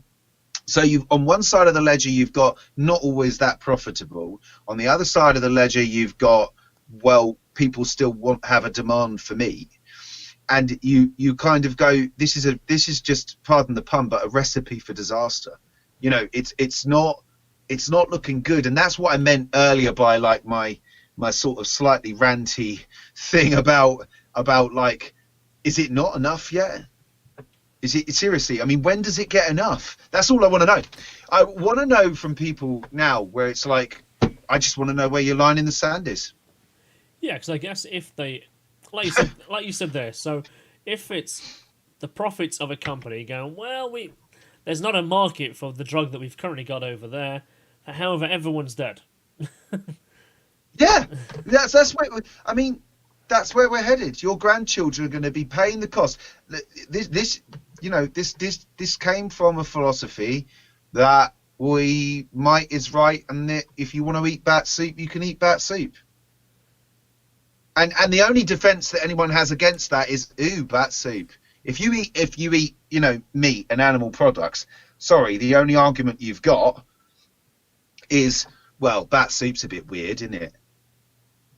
You don't have a philosophical leg to stand on. No, with because it, you really. are still, in fact, imbibing meat anyway. So, yeah. Yeah, so you're still exploiting an animal. You're just exploiting a different one. You know, I would say at this point, right, is that obviously, as you've said, you still eat animal products. We're all there. We're all born into this culture that does it, and we're all on a different journey. So in that sense, we can have a conversation, you know. But I mean, is there any part of the vegan argument, for instance, that you don't find compelling? No, I think. Or are you... I don't know. So I don't think I want to lay. No, I was incorrect. So when I see people who are vegan, that behaviour that many exhibit is, you know, it's militaristic. It's very dominant. You will do what I say or else, and I'll make you feel bad because of it. I wouldn't want to find myself being that person. Yeah. Do you know what? That is so funny, because that's exactly how I felt. I almost said verbatim what you said. Like, there was a particular person on Facebook who I won't name, but he was so harsh with people. He's just, you know, really, really harsh about it.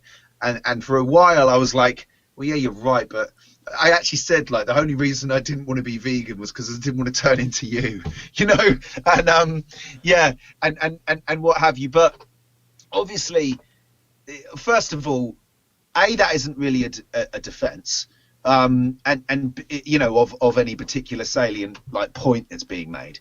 And the second thing is, and I found this interesting with the point you've just made there about, oh, you're making people feel bad and things, and it's like, well, how do you put this? If what I was doing would be immoral, when you've got children, we both got children, and when you've got a child and they've done something wrong, you tell them what they've done is wrong. You tell them why.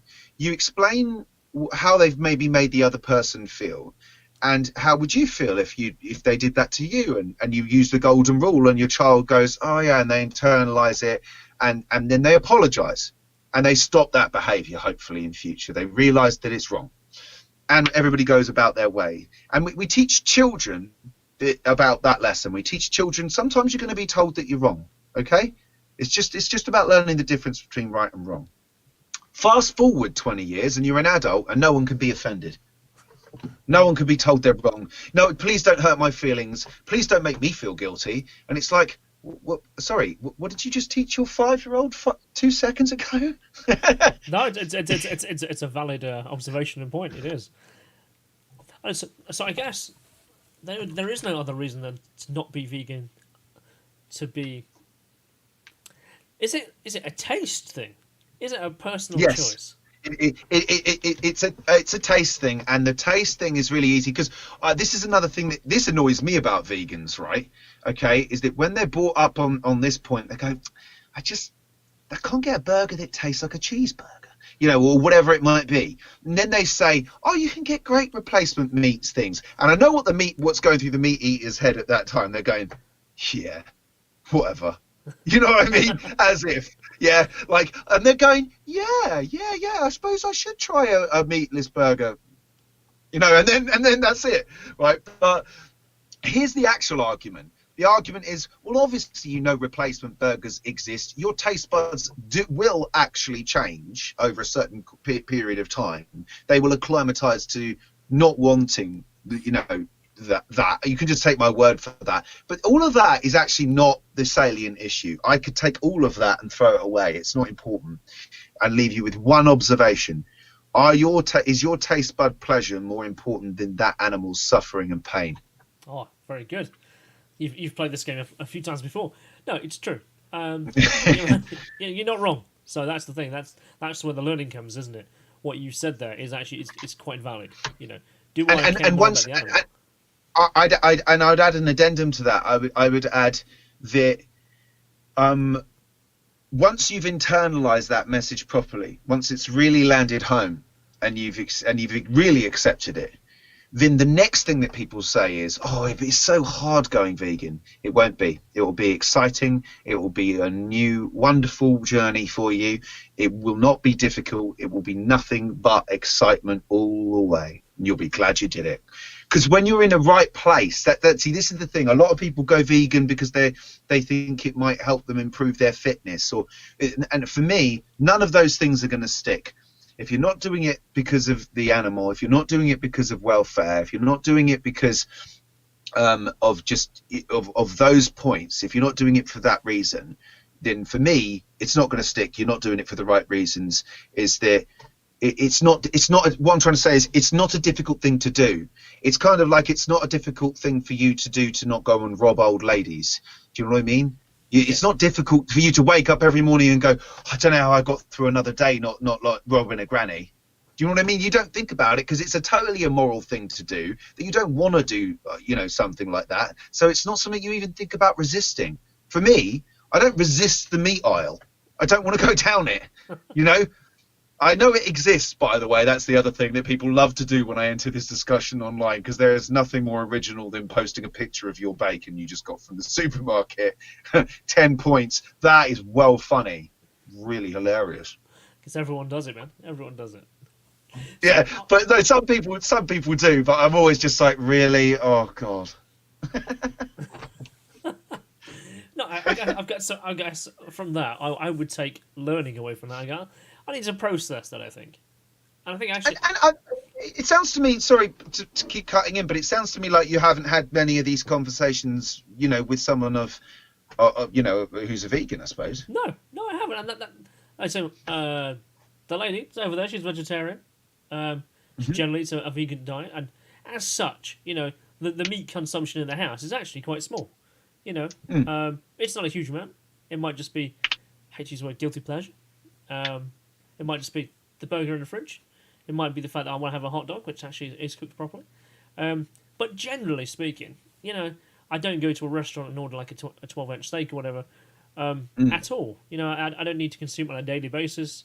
I wouldn't go out my way to always have bacon like I want to go out, but it doesn't mean I don't enjoy the taste of it. But when we're talking about the animal agriculture and the fact that this virus here is caused by that said industry because we're treating it the way they do, that's more compelling than anything, really, because we are putting ourselves intentionally in that position because we just want to do it for the sake of, well, I'll have a nice burger, thanks. Yeah, that's what I mean by that. Like, that's being the final argument. Like, all the other arguments seemed strong enough, last week to me, and now this one's come round. I'm actually almost pulling my hair out. I'm just kind of like, now, no, James, okay. And that, and that's, it's just kind of got to the stage where it's kind of like, really. I mean, I suppose. Here's the other side. Okay, let's try and take a halfway house for a minute. So change direction in the conversation slightly. So the halfway house. Let's say we say new regulations. We want to stop epidemics and pandemics. So the factory farms have got to have these types of conditions in them. or there's no such thing as factory farms, and there's no such thing as wet markets, and we're just going to have animals who are roaming ruminants. It's said, who roam the hillsides and all that kind of stuff. Unless you're going to chop down all of the rainforests, you're not even going to be able to keep close to the level of consumption that human beings have for animal products on this planet. Okay, that's point number one. So you will have to ruin the environment entirely, or decrease your consumption. Okay, if you decrease your consumption, bearing in mind, if you're getting rid of factory farms or anything even remotely like it, yeah, you're increasing the welfare of the animals, in your factory farms. The price of meat is going to go through the roof. And another thing governments could do is stop subsidizing the meat industry as heavily as they do, and oh boy, do they. They love subsidizing the animal agriculture industry like you wouldn't believe. I can't remember the figures. I know there was a big issue, of course. So, two things come to mind there. So I know we have a lot of wild game US in regards to deer, to large herds that are causing massive issues across the whole of the Atlantic Northeast. But because they stopped hunting to bring those numbers into control. But there's a lot of meat there that could be utilized in some capacity. So, and the other one I was thinking of was, oh man, it's just popped out as I went off a bit of a. Well, there was the insect. There was the insects thing you raised. Yeah, it's still a valid point. Do people want to eat insects? I know that they're high in protein. I don't think I want a cockroach burger though. I've actually eaten insects in the past, just as a sort of dare. They were, if I remember, crunchy and a bit like peanut butter, but that might have been the flavouring. That was a stick insect, I think I ate, and I did eat a cockroach as well. I wonder. So I wonder then. So is one difference is that, say, with meat, should we take a cow, so to make beef, we generally don't eat everything of the cow. We generally don't eat the head. We don't eat the tail. We don't eat the hooves. But if you eat an insect, you are eating the whole thing, head as well. That is a bit weird. Yes, I mean even that rivals bat soup, to be perfectly honest. No, it is weird. I suppose the text. It's like you have vegan stage 1 and then you have vegan stage 2, and stage 2 goes a little something like this: is that it's not just about necessarily the pain that you're causing to that animal. It's the depriving of them of their life, of which you don't have the right to deprive them of it when you have alternatives. So the argument that people often like to use is, well, what about if it was just you on a desert island and the only thing that was available was to kill a pig, or something? Well, it's okay, fine, but you're not on a desert island. You've got Sainsbury's down the road. Do you know what I mean? So it's kind of like, it's a bit of a futile argument.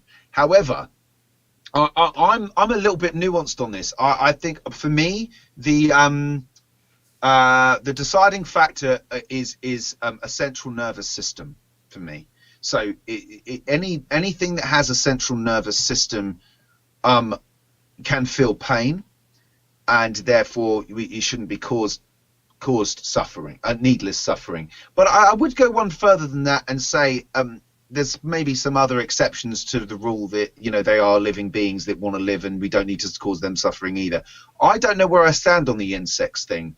I wouldn't like to pin anything to the mast on that. Similar issues arise with bivalves, so things like cockles and mussels and things like that and mollusks and snails. And so there I don't mind, for me, I'm perfectly happy to this is what I was talking about, like where the conversation gets to. That's like level 2. That's like the next conversation. I'm happy to have that conversation if people already accept the premise that you do realize that pigs have the intelligence of a 3-year-old child, right? Do you know what I mean? It's like, have you seen what goes on inside a pig slaughterhouse? It's obscene. Do you know what I mean? It's on another level of suffering, and it's like, that's what I'm talking about. Do you know what I mean? It's like, we can talk about insects and mollusks and and everything. I like your phrasing of it. It's a level 1 and level 2 phrasing. I did Yeah. That's a good way to go. Well, that's a dynamic that we can hit for the next time, or where we can take the conversation to. It is a different conversation. I like that. Yeah. I mean, I would like to throw in halal, but I don't know if I don't want to. I don't really want to take the conversation too far to stay much longer on this. But I mean, I don't agree with halal slaughter. If for instance, if I was to look up, say, justeat.co.uk, where everyone orders their takeaway from, and I have done, and I do every so often, every restaurant in my area is only halal. Yeah. And I'm aware that, so in where I work in a major retail chain. I can't really say who, because I'm not allowed to by my social media policy of that company. However, I will say that in my local work area, not just my store, but the shops that are in and around that section, they are all Turkish. They're all generally Arabic stores, and they're all halal. All the shops are, and a number of those shops, they have a butchery department. There's an abattoir not too far away. At my particular location where I work, we have a halal counter in our store, and there's a company who provides that service in store, and I take their deliveries into store. The previous company that came into the store, because there's been two at our particular store, the one previous, their delivery never came in a chilled wagon. And I actually reported them to environmental health. Rightly so. So it always came in in a Sprinter van or a Ford Transit van. It was a pallet on the back, and and it was just like this is wrong. Oh, God Almighty! And second to that, so one particular example I have, I was not working in that department I work now, but I was in the warehouse yard, and I saw the halal delivery turn up that was just off the back of a Ford Transit van, and it was a skinned carcass of a sheep, laying on a blue pallet. There was no paper, no plastic, just the carcass laying there.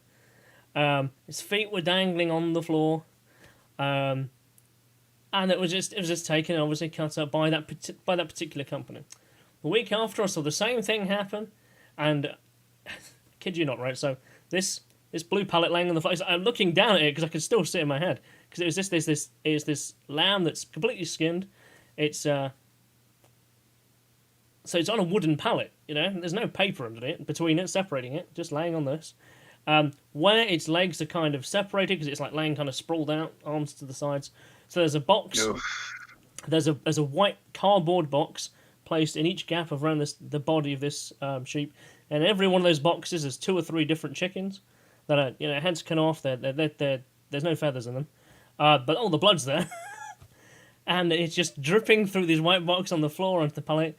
And then on top of that, there's a piece of paper that's covering only half of this carcass, and there's another pallet on top of that with another carcass. Oh my God! And that's how this company was delivering.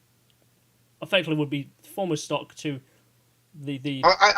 When I hear things like that, I find it remarkable that we've taken this long to get to be a pandemic. You see, that's the thing. That's the thing that everybody's been saying. It's like no one could have seen this coming. Excuse me, sorry. In 2003, the World Health Organization, the CDC, all of the farming, but like anybody you could think of that had any understanding of what was going on with epidemics and viral jumps and anything, sent multiple studies and multiple letters to every government on earth telling them that this was a risk. Bill Gates did a TED talk in 2014 about this being a risk. There's a documentary that was released in November saying that this was going to happen. There's God knows how many warnings that people have had about this. So the whole lot, and then just an observation from nature where you just go, like, I think personally we should be better prepared for defending ourselves against things like meteor strikes. And people go, oh, come on, James, you're being sick. We live in nature. They happen. And they're gonna happen. And they're gonna happen. Do you know what I mean? So to sit around and say you weren't prepared, I mean, for instance, a lot of those epidemics and a lot of those things that have happened due to what we've been discussing, you often have an acute effect on the respiratory system. So where are the 150,000 respirators sitting in a warehouse then? Oh, the last government weren't bothered. What about the one before? They weren't bothered either. What about one before that? James, do I keep on having to answer this? They weren't bothered. They weren't bothered. Yeah, and it's like, so what you've got there is a short-term interest of the system thing, right? Short-term profits, next election, re-election. Who cares about whether you're properly prepared for a pandemic in 2010 election? Nobody. No. Who cares if you're prepared? Now, that's an interesting answer, because who cares if you're properly prepared for antibiotic resistance in the next election? Who cares if you're properly prepared for the next election for a meteor strike? Now, you're getting further and further away. You go, well, not many people know about antibiotic resistance. It's a bit of a slow-moving thing, James. So, yeah, I suppose people not really that bothered. Meteor strike. Oh, James, no one cares. And it's like, and there's your problem, because they're all coming at you, mate, one day or another. And this short-term interest, hand-to-mouth hamster wheel system that you've got going on, where it's all about short-term elections and short-term profits, is a concoction of ignorance and technology that is going to blow up in your face because you didn't understand the science of it. The answer's been staring us. The science has been staring us in the face for 400 years. Do you know what I mean? As the answer, it's the benchmark by which we can make predictions about what nature will do next, and it is at our peril that we don't use it. And those words aren't mine; they're Carl Sagan's. Great guy, Cosmos is great. So, do you think actually the health and safety now will now become an election issue? Yes, I think come round the next election, like when the autopsy is done on all of this and they dissect how the government behaved over this in this country, it will be a potent political weapon. I still wonder, like, back with foot and mouth, that didn't happen from that. The autopsy came out of that they caused more damage due to the government's actions and choices, and the information they're getting from the think tanks and what they should do, such as burning the carcasses which spread the disease, even though based in the 1960s that was the guidance never to do that because that's what happened then. Please don't do that, and that's exactly what they did anyway. So even with data, with evidence, they were still kind of acting on instinct to not follow good science. Yeah. But this is the problem with the follow the science mantra they keep peddling out. Let me tell you what the science says. It's very easy, and I know I'm not a scientist, but this isn't going to be hard for anybody to keep up with this, all right? It's pretty simple. If you've got a pandemic, right, that's kicking off everywhere, you stay inside. Always, until it's gone or you have a vaccine. End of. Well, we can't do that because of the economy. And there's your problem. Because you don't have an economy that was able to respond to this, and you don't have an NHS that you funded properly for years. So now you're all paying the Pied Piper. Tough, and that's kind of, that. So when you say you're following the science, what you should say is we're following the science as best we can, considering the socio-economic model that we have. Now that would be true. Yeah, but you would never get a politician admitting that they're following it because they are. They don't really know the answers. Because you have to portray that you have the answer. And you have to portray that you are, you're strong, you're in control, and you have to be at the front leading it. Because if you're not, your political opponent will knock you out the pen, really. So one exactly, and so one of the chapters or paragraphs or sections of my book on humility would be this. It would be like, when a politician apologizes, what do the media and general population say that is? That he failed. Yeah, that it's a sign of weakness. Yeah. Right. Okay. What do you think about slavery? Wow, we have to admit that was wrong.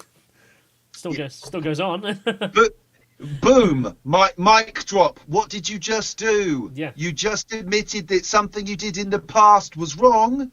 Yeah. And yet now you've got protective amnesia from it, because you're saying that the guy who's now admitting he did something wrong because he's human, yeah, and we're all human, is now admitting he's wrong, and apparently that's a sign of weakness to you. Yeah. It's mad. Do you see what I mean? That's actually madness, because the definition of madness is to do the same thing over and over again and expect a different result. And that's what we are very good at doing, because we're like, I'm sorry, but it's the same thing with veganism. You know, it's the same thing. It's like, well, we're going to keep on going and keeping the animals in a closed space because I like a bacon sandwich for £2. And it's like, well, then you're going to have another pandemic on your hands. You could just admit you're wrong. Do you know what I mean? But no. We don't want to admit we're wrong, because that's a sign of weakness. It's like, well, what did you learn? What about women's right to vote? What about gay equal rights? What about slavery? What about racism? What about all of these things that we've learned? We all at some point had to admit we were wrong. Yeah, absolutely. So talking of admitting it was wrong, because like I do want to steer the topic slightly away. So you're doing something. Yeah. Because it's going to scare a lot of people. Most people probably won't even get this far. But actually, I really hope they have stuck with it. Where you live, you admitted that you live on a boat. What's all that about, man? So is that your way of getting out of the system to be independent, be on a boat now to live your life? Was that part of the plan? This seems like a perfect juncture, and it brings you into the context of living in the context and contact with nature, because you've got to watch your water, your electricity, and everything else. And so, speaking of the electricity and that perfect segue, I've had my electricity on for quite some time now, so I'm just going to go turn it off, and then I'm going to come back and answer your question. Okay.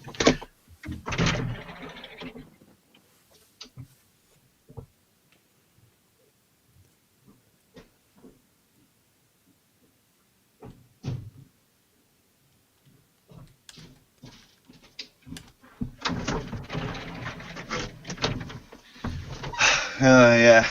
So what was I? Oh, yes. I don't know what about living on a boat. However, it is something that does appeal to me, and it is something I would like to do. So basically, through that whole period of the Zeitgeist thing, I jumped onto a very different philosophical plane to my wife at the time, and to her credit, she said, "I don't see this ending well." You know what I mean? Like, you're on a very different path to me. And I said, no, don't worry, we'll work it out, because I'm stubborn. And lo and behold, she was absolutely right. Do you know what I mean? She liked going out and spending money and buying nice things, and there's nothing wrong with it in the context of our culture, right? And I looked at my mortgage lifestyle with the 2.4 children and everything. I used to call my back garden my prison exercise yard. I don't even have one of those, man. Yeah. So, but and that was the context of how I was viewing things, and I knew that all these other ways of living on the planet existed, and the only reason people didn't do them is because they didn't either have the boldness to do them, or it was outside their comfort zone, or it was a bit outside the system, and they were afraid of looking like a cook or a cloud cuckoo or whatever. I knew that mortgages were essentially translated as death contracts, and that the money that the bank loaned you they didn't have in the first place, and you paid it off at three times in a lifetime, due to the interest and all these sorts of things. And I knew what the scam was, and I knew they want to keep you on the hamster wheel. And so all of that into context. And when I got divorced, I met through the movement, I met my now current wife, or I'll come back to this, but my brife, I'll explain that in a minute. Well, I'll explain it now. She's from Portugal, and she was a member of the Portuguese chapter. And when Brexit was kicking off, I could see which way it was going to go. And I went, this ain't going to go well. She's like, they're not going to vote to leave. And I went, I'm seriously, you don't understand the British people. You don't understand. Yeah, it's going to go one way. I know you don't want to get married, but we might need to get married. She was like, I really don't want to. I'm like, will you just get married? Yeah? Right, good. All right. And so we went and got hitched, and we didn't tell anyone. But they very romantic, I know. But anyway, like coming back to what I was talking about. So I remember standing there. I'd often looked at the boat life. I'd mentioned it to my previous wife. She said no way. And when we sold the house and I had a little pot of money and I was standing there just getting to know Sarah, I just went, I'm going to get one of them. And I just looked at her and went, do you want to move on there with me? She went, yeah, please, that'd be great. and that's it. That was 6-7 years ago. So Nice. paid off the boat pretty quick, so I don't have a mortgage or rent, but Do people I rent do have to boats? empty my. I guess they would do. Well, I mean, essentially, I suppose you pay it. Oh, you can rent one if it's on a mooring, but we're not on a mooring. We move every 2 weeks. Not at the moment. But generally, in normal circumstances, we have to move every 2 weeks as part of our license. There are certain things like, I have to empty my own shit. But then to me, that smells like no rent and no mortgage. So every life on this planet has a price you have to pay for it. People think that when they live in a mortgage, then they're so free because eventually they'll pay it off and that's them sorted for their retirement, not realizing that it's much harder to get out of your mortgage than it is a rent. You could just stop paying your rent next month and move out and be anywhere you want on the planet. So what I'm trying to say, and the same thing with rent, is that you're essentially lining someone else's pockets month to month to live there, right? Yeah. So people sort of know that there's consequences of every way of living on this planet, but they don't really apply it. It's like with a boat. It's like, yeah, if you want to turn your toaster on in the morning, if you don't want to be thinking about your electricity and when you're filling up your boat with water and emptying your toilets and when you're going to take your bins out and where you do your washing and your laundry and things like that, if you don't want those headaches in your life, then it's not the life for you. It certainly wouldn't suit everybody. But for me, I love being nomadic. And I know that this system is based on the idea of keeping me on the hamster wheel. So there's no more children for me, because I think that's another thing that they try to do. The more children you tend to have, the more they get to be able to keep you penned in to a job, paying your taxes and being obedient. And I don't want, as much as I want my freedom on this planet for the time to do what I want when I want to do it. Help who I want, and spend my money into the universe the way I'd like to, contribute to supply and demand in the best way that I can. And you don't necessarily have all those freedoms when you've got a nice 5-bedroom house with a jacuzzi, or and a nice car and all those sorts of things. So on a boat then, because like I say, I would like to move to a boat. I think I've thought about it now for maybe 5 years or so. What do you give up, life-wise? I mean, what do you give up? Why I'm phrasing it like that is, has that affected your day-to-day job? If you have one, no, I apologise if you do or don't. I don't know. I know you said you do music, but like if you say work at a general frequent location, and you have to keep moving every 2 weeks, how would that affect that?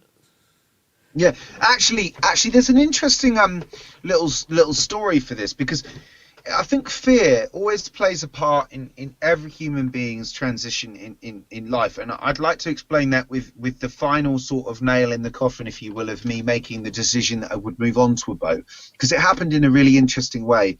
I was on my friend's boat one day, and another one of his friends was there, and I was talking about this, and I brought up the exact issue you were talking about. I said something along the lines of, well, I would get a boat, but I need to keep going to work, so I need to keep a car, and I wouldn't have anywhere to teach my drums from, because I'm a drum teacher in the most part, and so I brought up these two problems, and this guy who I'd never met before went, "Oh yeah, you won't do it," and I said, sorry, excuse me. I didn't want to cause a scene, because obviously this is my friend's friend. I wanted to be polite, but I was like, excuse me, and he said, "I've seen your type before.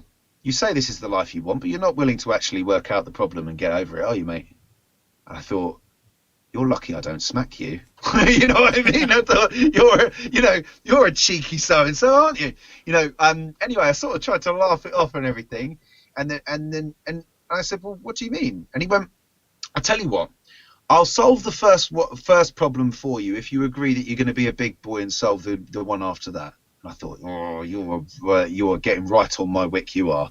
And I went, well, go on then, smarty pants. Go on, solve it. And he went, you move your boat from one location to the other. You get out, you have a look around to see what the parking situation's like. If it's good, keep your boat there. Go walk back on the towpath, or get your bike, go back, get your car, come back. You're moored there for 2 weeks. If it's not good, keep going until you find somewhere that is. Next problem. And it dawned on me. Something kicked in where I just went, you either have the philosophy that a problem is to be overcome, or you have something that it stops you because you can't be bothered to think of a way of getting around it. Got it. Thanks, mate. So I got myself a boat. About 3 months into living on the boat, I'm changing a lock. I'm pushing the lock gate back, and this guy drives by me on a bike, and he stops about 20 yards over in the distance. And I thought, why has he stopped? And he turns his head round like that, and lo and behold, it's that guy who was on the boat with me that day. Haven't seen him since. He looks at me, and I look at him. He looks at the boat, and then he looks back at me, and he just gives me a little nod. And then he turns around and drives off, and I've never seen him since. Yeah, so it was as a nod of you did it. You achieved. Yeah. Sometimes you know I would say it's 1,000 words, right? He just said, kudos to you. He didn't drive over and have a conversation. He just gave me a little nod, and it was wonderfully poetic. He just turned around and drove off into the distance, and I thought that was perfect. And if I never see him again in my life, and that's the only impact he has on me, then that's absolutely fine. Do you know what I mean? Because good on that guy. And actually, I often use that with my drum students when I'm talking about the difference between being with this toxic word we have called nice. It's a terrible word. It's an awful word. Like that guy, you describe what he said to me on that boat as nasty. You describe him as well, he's not very nice. But it was what you needed to hear, right? So exactly. It was different.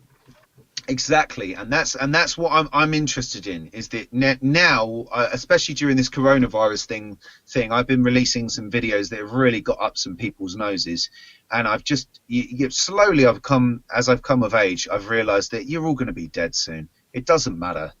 Just tell people the way it is, and if they tell you the way it is, you should be humble enough to go, okay, I was wrong. And if they're not willing to, if they're not in a place to accept what you're saying, well, that's just their journey and whatever. But you've got to speak your truth, you know. You've got to just say it the way it is. That's like that guy, because now I'm living a life that's true to me. It feels good to me. My friend often says to me, who does have a 5-bedroom house and a mortgage and 2 kids, because he thought a lot before he did it, you know, and fair enough. But he can't get his head around the fact that he's like, so if I gave you £1 billion tomorrow, you'd still live on a bloody in a corridor in a muddy ditch, you know? And I'm like, yeah. So is that what you have? You have a canal boat? Yeah, I've got a wide beam canal boat. So I've got a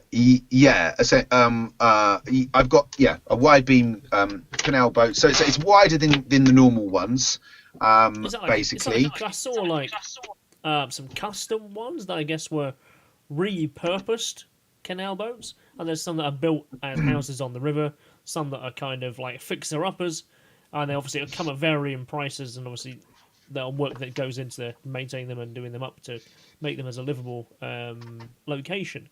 I mean, so what was yours like? Did you buy yours as a derelict and build it up? Did you just buy it off? No, I bought it. I bought it as is, but we had to do some work. So look, you've got kind of. There's one of the rooms. I'll take you on a little guided tour, and you and your listeners. There you go. Right. So I'll just show you the inside. Look, there you go. I'd hopefully you can see that. It's certainly wider, than I expected. And so, actually, it's interesting, like, you know, we evolve with and roll with the punches. So one of the things that's happened is I've moved my drum tuition onto my boat. So there's my drum kit, which wasn't there before. But it's funny, like I often joke with people, they say, what do you do as a drum teacher? I'm like, well, I only have the room for one drum kit on my boat, I'm afraid.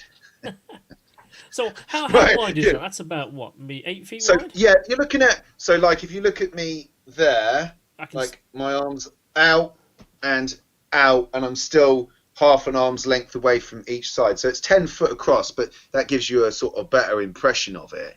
And then, you've obviously got your fire there, which isn't on because it's summer, which you do have to run. See, little things like that. There's another thing. Oh, Jesus, man. Tell you, it's lovely and romantic when you get onto it's lovely and romantic when you get onto the river and everything, right? You turn on your fire in winter and you look at the flickering flames, and it's wonderful. You know, you're kind of like, oh mate, I did the right thing. 4 winters in, when you're running your fire 8 months of a year, it's a fucking ball ache. So I miss how many entering. rooms do you have like on board your boat? So there was that. There was that. Actually, I haven't finished the tour, have I? There was that, and then there's here's the bathroom. So there we go. So you got your shower. You've got several toilets in here. Interesting reason for that. Okay. It's not so we can all sit down and communally read newspapers whilst we go for one. It's these are cassette toilets with you empty, but that one there is actually going to a pump out system underneath the bed in the studio. Funny story, actually. When my daughter used to stay here, she was growing up when she was sort of 10 or something. She'd be like, "There's a funny smell in my room, Daddy," and then I found out. I didn't really realise it, but the poo tank's under her bed. Oh dear! And I was like, "Oh no!" And so I didn't tell her for the first 3 months because I wanted her to keep coming and seeing me. So I was like, "Oh, I don't know. It must be the way it travels through the." How are we going to solve this one? Eventually, our solution was to stop with the pump outs and get those 2. So that's why we've got like that as our backup, and then the other 2. So you're filling one. When you're filling one, you're using the other, and you're emptying one. Yeah, and so that's generally. So that's why you've got 3 of them. And then this is the bedroom with the lovely Sarah in it, who's not feeling terribly well at the moment. Well, tell her I'm waving. But there she is. yeah, he is waving. Say hello. So there's the bedroom, and that's it. Those are all. Oh, I just turned off the light on it by habit. There we go. So I heard you mention you have to turn on the electricity to power. Is it like yes, a dual charge thing where you have to turn it on, turn it off for a bit? There are some clever ways around this. You can essentially rewire your boat to run on a 12-volt system. I'm a bit of a wally when it comes to things like this. I've got a good friend who knows better than I, but essentially we've got what most boats have. We have a 12-volt system currently that's keeping the lights turned on, and then we have a 24-volt system that controls the plugs.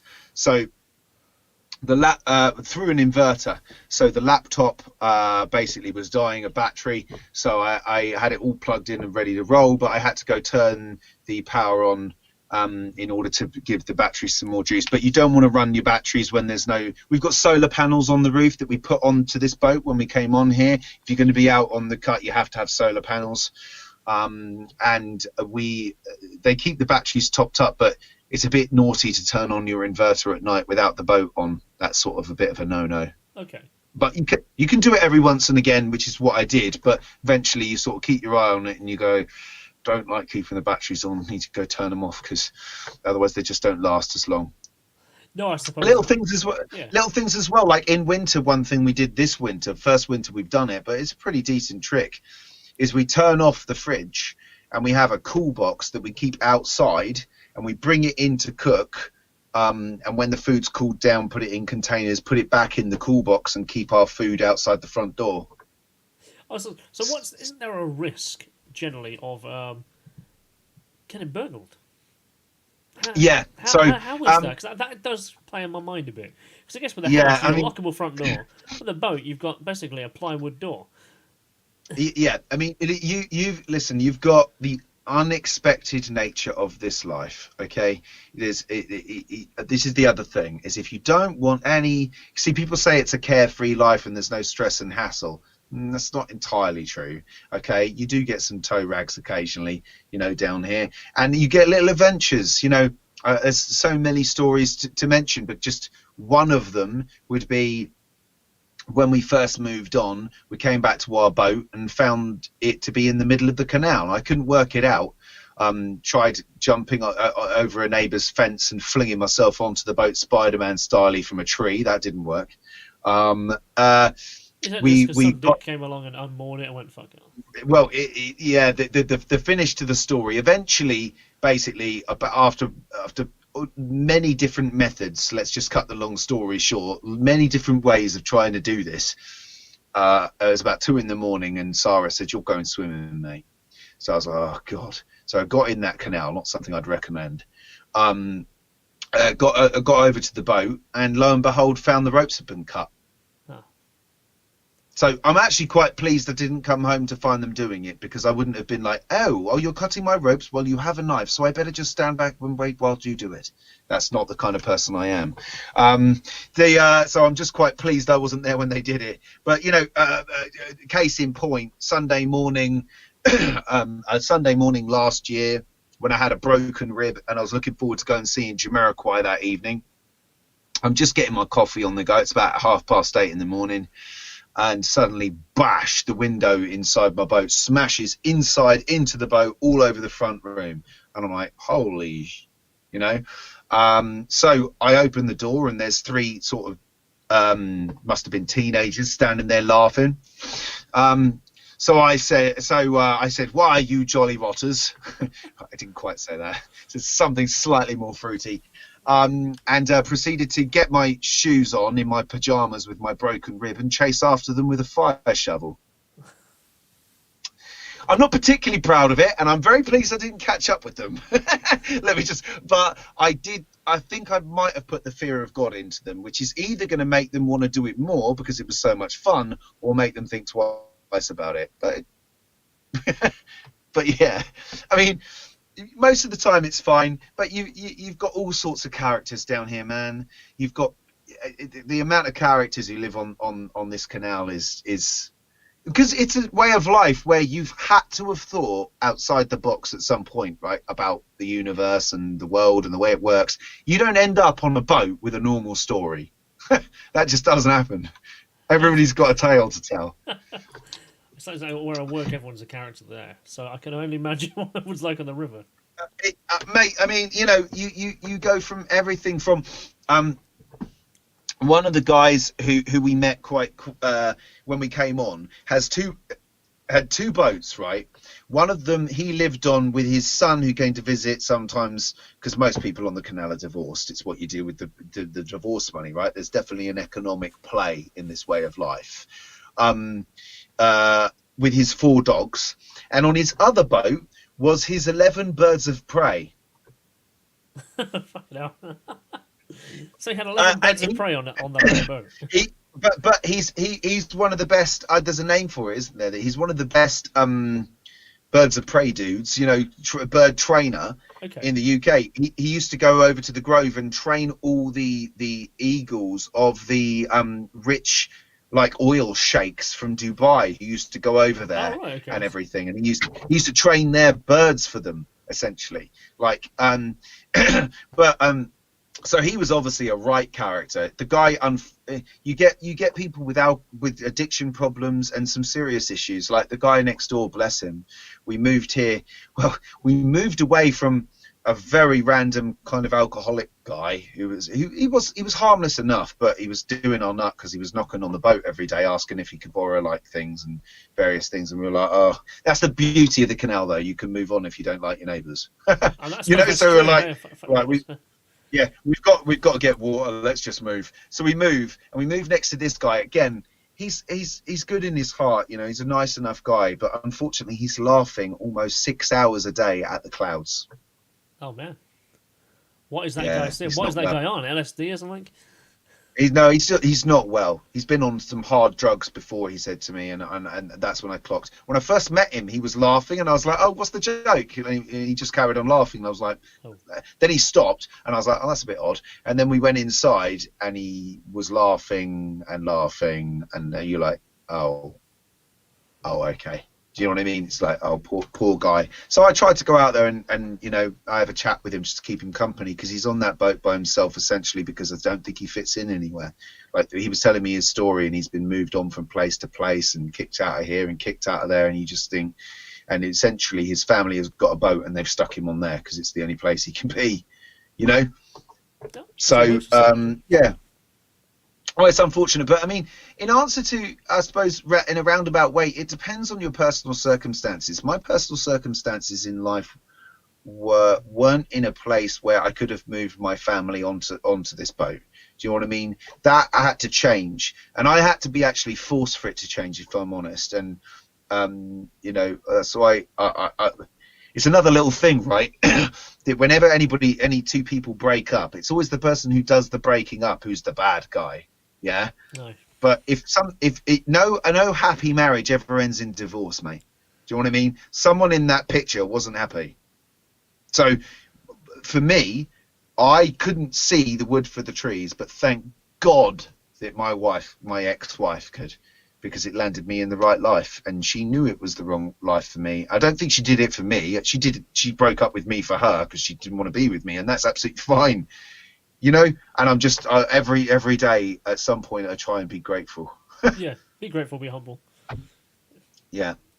Anyway, sorry, I've been rambling. No, it's all, not at all. But that's what yeah, about. you asked It's about about obviously having a conversation that enriches people. People can learn from each other. People can be inspired by stories we've come across. And that was my idea of putting our Curious World together in the first place, is indeed to have that very conversation. So, no, it's good. And yeah, it's nice to be asked about the boating life in some detail on your show, and it's nice that you're thinking about it. I suppose all I would say is it's not. I can tell you what it's like, but I can only tell you that from my perspective and my journey. Like I keep coming back to this, we are all on our own little journey here, and we do have our own set of circumstances. We have our loved ones, we have those near and dear to us. It's part of who we are. It's part of being tribalistic. It's all these things we've been discussing, and it depends on your personal set of circumstances whether it's going to be the right life for you. People have moved on to this water and moved off. I will say this though, not many. I do know a couple of people who've moved on and gone, not for me, but it is few and far between. Most people who move on like it. Do you stay at marinas often, or do you just more along the rivers? More along. Just keep going. So we moor between two spots. So in terms of work on a practicality level, that was actually one thing that did bother me. So I'm glad you mentioned that. So can you go back to where you've already been? Yeah. So the rule is that it's interesting actually. The rule comes from the industrial era. So it was to stop monopolies. So what used to happen is the boats all used to moor up in London, and they used to wait until they got a good load to go to Birmingham or further afield, because you got more money for it. No one really wanted to go to Watford and back, So they sort of said, no, we're a big boating company, we'll wait for the right one. And it got ridiculous because the things that they needed industrially to go to Watford, let's say, for example, just weren't there. So they said, that's it. No matter what boating company you are, you have to move on every 2 weeks. And that law still stays with us today in this set of circumstances. So that's where the law comes from. So it's got its roots in history. But basically, it's move on every 14 days from a place to a place. A place is constituted as a parish. So you get parish lines, and you soon learn what they are. You can't return to the same place within 42 days, and on a bona fide journey. A bona fide means in good faith. So A to B to C to D in a continuous pattern. By the law of the land, in terms of what's passed through Parliament, it's 10 miles, but the recommendations from CRT are 20. Technically, if you wanted to do the whole Freeman on the land, which is a bit dubious anyway, business, you could say I only need to move 10 miles, but it won't work. You'll just have your boat eventually taken off you. It's 20 miles in a continuous navigable journey, not taking any detours, and then you can turn around and go back. Okay, so you literally could move along a river, get there, and then come back. Is that how most people tend to function? Well, we do Uxbridge to Tring. So and that leaves us at 25 miles. So we put an extra 5 in there for good luck, and we move religiously, unless it's I have been ill in the past where I can't move the boat, and I've phoned them up and I've said as much, and they've been, up until all this towpath business where we might end up taking legal action against them due to their negligence over how they've handled this coronavirus, because they claim to be following the government advice, but as I explained earlier, it's literally impossible for them to do it, so they're lying or they're stupid. That's their only options. But up until this, I haven't really got too many bad things to say about them. A lot of my friends have. Oh my God, most other boaties are not happy with them. I mean, don't get me wrong. They could dredge this canal more than they do. They could upkeep it more than they do. They spend their money on a lot of bureaucratic nonsense, but that's part and parcel of large organisations, unfortunately. Generally speaking, they've been good, and that's generally how you move along the water. And as I said earlier, I move my car to chase up the boat. That takes us to work. It's a different routine of life. I'm finding it a little uncomfortable to be in one place as much as we are. I'm getting used to it again. It's remarkable how used to it you do get. I was going to ask that. So during the current pandemic issue, are you only moored at one place, or do you still have to keep moving? Yes, they called lockdown in our favourite place to be moored on all of the canal in beautiful Castlebury Park in Watford. So we were like, that could be worse. But we moved out of that location to get water, and we're now opposite a marina in Watford, which is, it's all right, but I really am getting a bit tired of being in one place. You see, that's the thing. I'd never expected. It's funny when you it's like we used to talk about in the movement, how much environment has to play on the human condition and how much that changes you in a multitude of unexpected ways and gives you a sense of perspective, you know. So that's definitely what this way of life has given me since we moved into it. And one of those aspects is I've become nomadic. Is that one morning I woke up irritable, moved the boat, and realised why I was irritable. It's because I'd been in the same place for 2 weeks. So people talk about this notion that human beings like to settle down and that it's a natural thing for human beings to do. But if you think about it, that's only been since the Neolithic Revolution 10,000 years ago. Before that, we were nomadic for at least 100 to 200, maybe longer, 1,000 years. We moved from place to place. So if you want to talk about what's natural, bro, it's not your way of life. Do you know what I mean? I guess you'd move with the food, wouldn't you? You'd move with the cattle. Yeah, you'd move. You'd move with your family, but you'd move. You wouldn't stay in one location. So that was another thing that was appealing about the Venus Project and the Zeitgeist Movement. It had this freedom aspect that you didn't need to stay in one place. You could move around. The fact that it wasn't built on sound foundations, the model had never been tested. A lot of the science that they talked about was not bona fide science and not based in fact and evidence. And the fact it was talking about a world. One of the thought exercises we used to use was, imagine if you have a brand new Earth, how would you build it? And the very fact you've said that imaginary exercise tells you about the ideological bias you're involved in. You don't have a new Earth. You have this one, and you can't close the stable door after the horse is bolted. So please don't go on your thought exercise, because it's a waste of time. Okay? You have to deal with where you are. I'm sorry it's reality. I'm sorry it's not perfect. I'm sorry it's probably never going to be. But you have to deal with it, because if you don't deal with this, you're going to give everybody the illusion that they can have that thing, that sparkly thing on top of the mountain, and they won't focus on the next step that has to be made in the mud. Do you know what I mean? Like you dredge on. That's what humans have always done. Progress has been done in tiny stages through a river of shit. Do you know what I mean? I do. And that's kind of, it's like at the moment, ignoring all this pandemic business just for a minute, but before then, UBI is still going to be a great idea.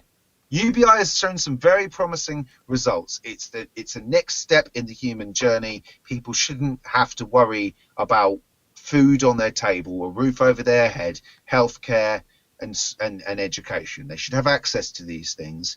We can take care of that as a society. We can. Do you know what I mean? Let's find a way of doing it. Let's look at the evidence. That's the next step. It's not circular cities and cities in the sea and, you know, and all the things the Venus Project we're talking about. It's not. It's a distraction. No, I get that.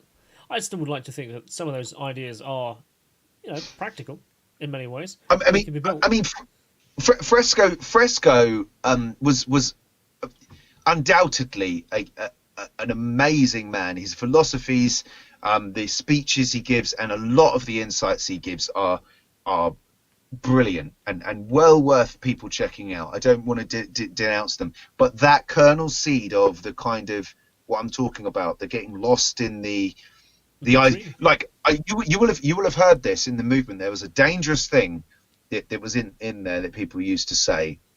They used to say, there's no point looking at that problem because it's until we solve the system, it's just going to keep coming back. What we need to do is communicate with people for everybody to understand this idea so that we can just overcome all these obstacles, because they're just symptoms of the disease. Yeah. Now, if you go back through those statements, hopefully you can find the resident poison. Yes, the poison is there, is that you're not dealing with reality of now. Yeah. It's escapism. It's okay. It's okay in one sense. It's okay as a sort of like scientific method for social concern is a nice tagline. Yeah, but a lot of these people don't want to use it because for instance, here's a classic thing. Many people in the movement are anti-vax, anti-GMO, and anti-nuclear. Now, if you follow the science, you just wouldn't be there. Nuclear energy is going to be a fantastic way for us to be able to bridge to some sort of sustainable economic model. The science behind vaccines and GMOs is sound when it comes to scientific consensus, and when it comes to GMOs, is much better for climate change for where we are, and going to produce better, more reliable, larger harvests for people. Do you know what I mean? So. This is what I mean. With the climate in those areas, you have stuff that can grow bigger under less water, or less nutrients coming in.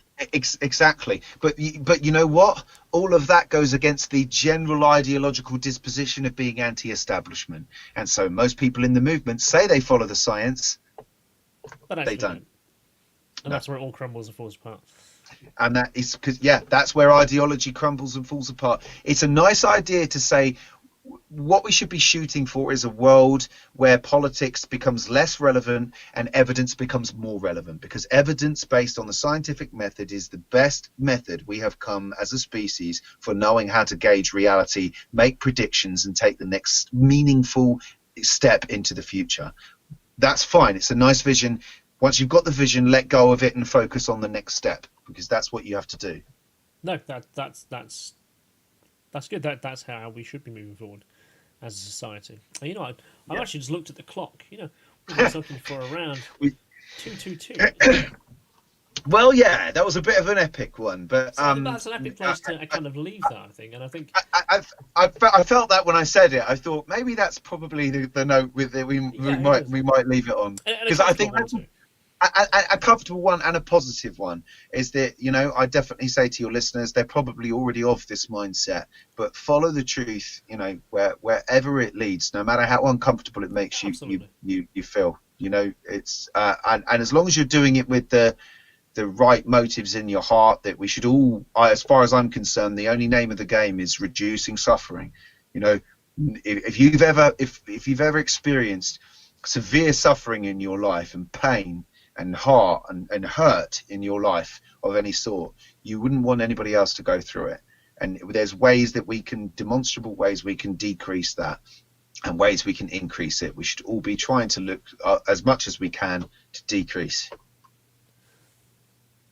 Can't argue. Won't get an argument from me at that point. So, James, is there anything?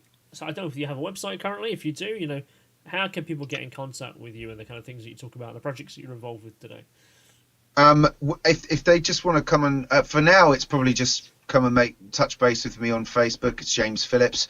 As long as you send me a message, because I have to confess, I do get a lot of people add me, and because of my days in the movement, I added a lot of people who I really wish I hadn't now. And there's so many, I can't be bothered to go through and get rid of them all. But no offense, I just don't know them. So if you found this conversation interesting, by all means send me a message and then add me as a friend, and I'd be happy to accept your invite.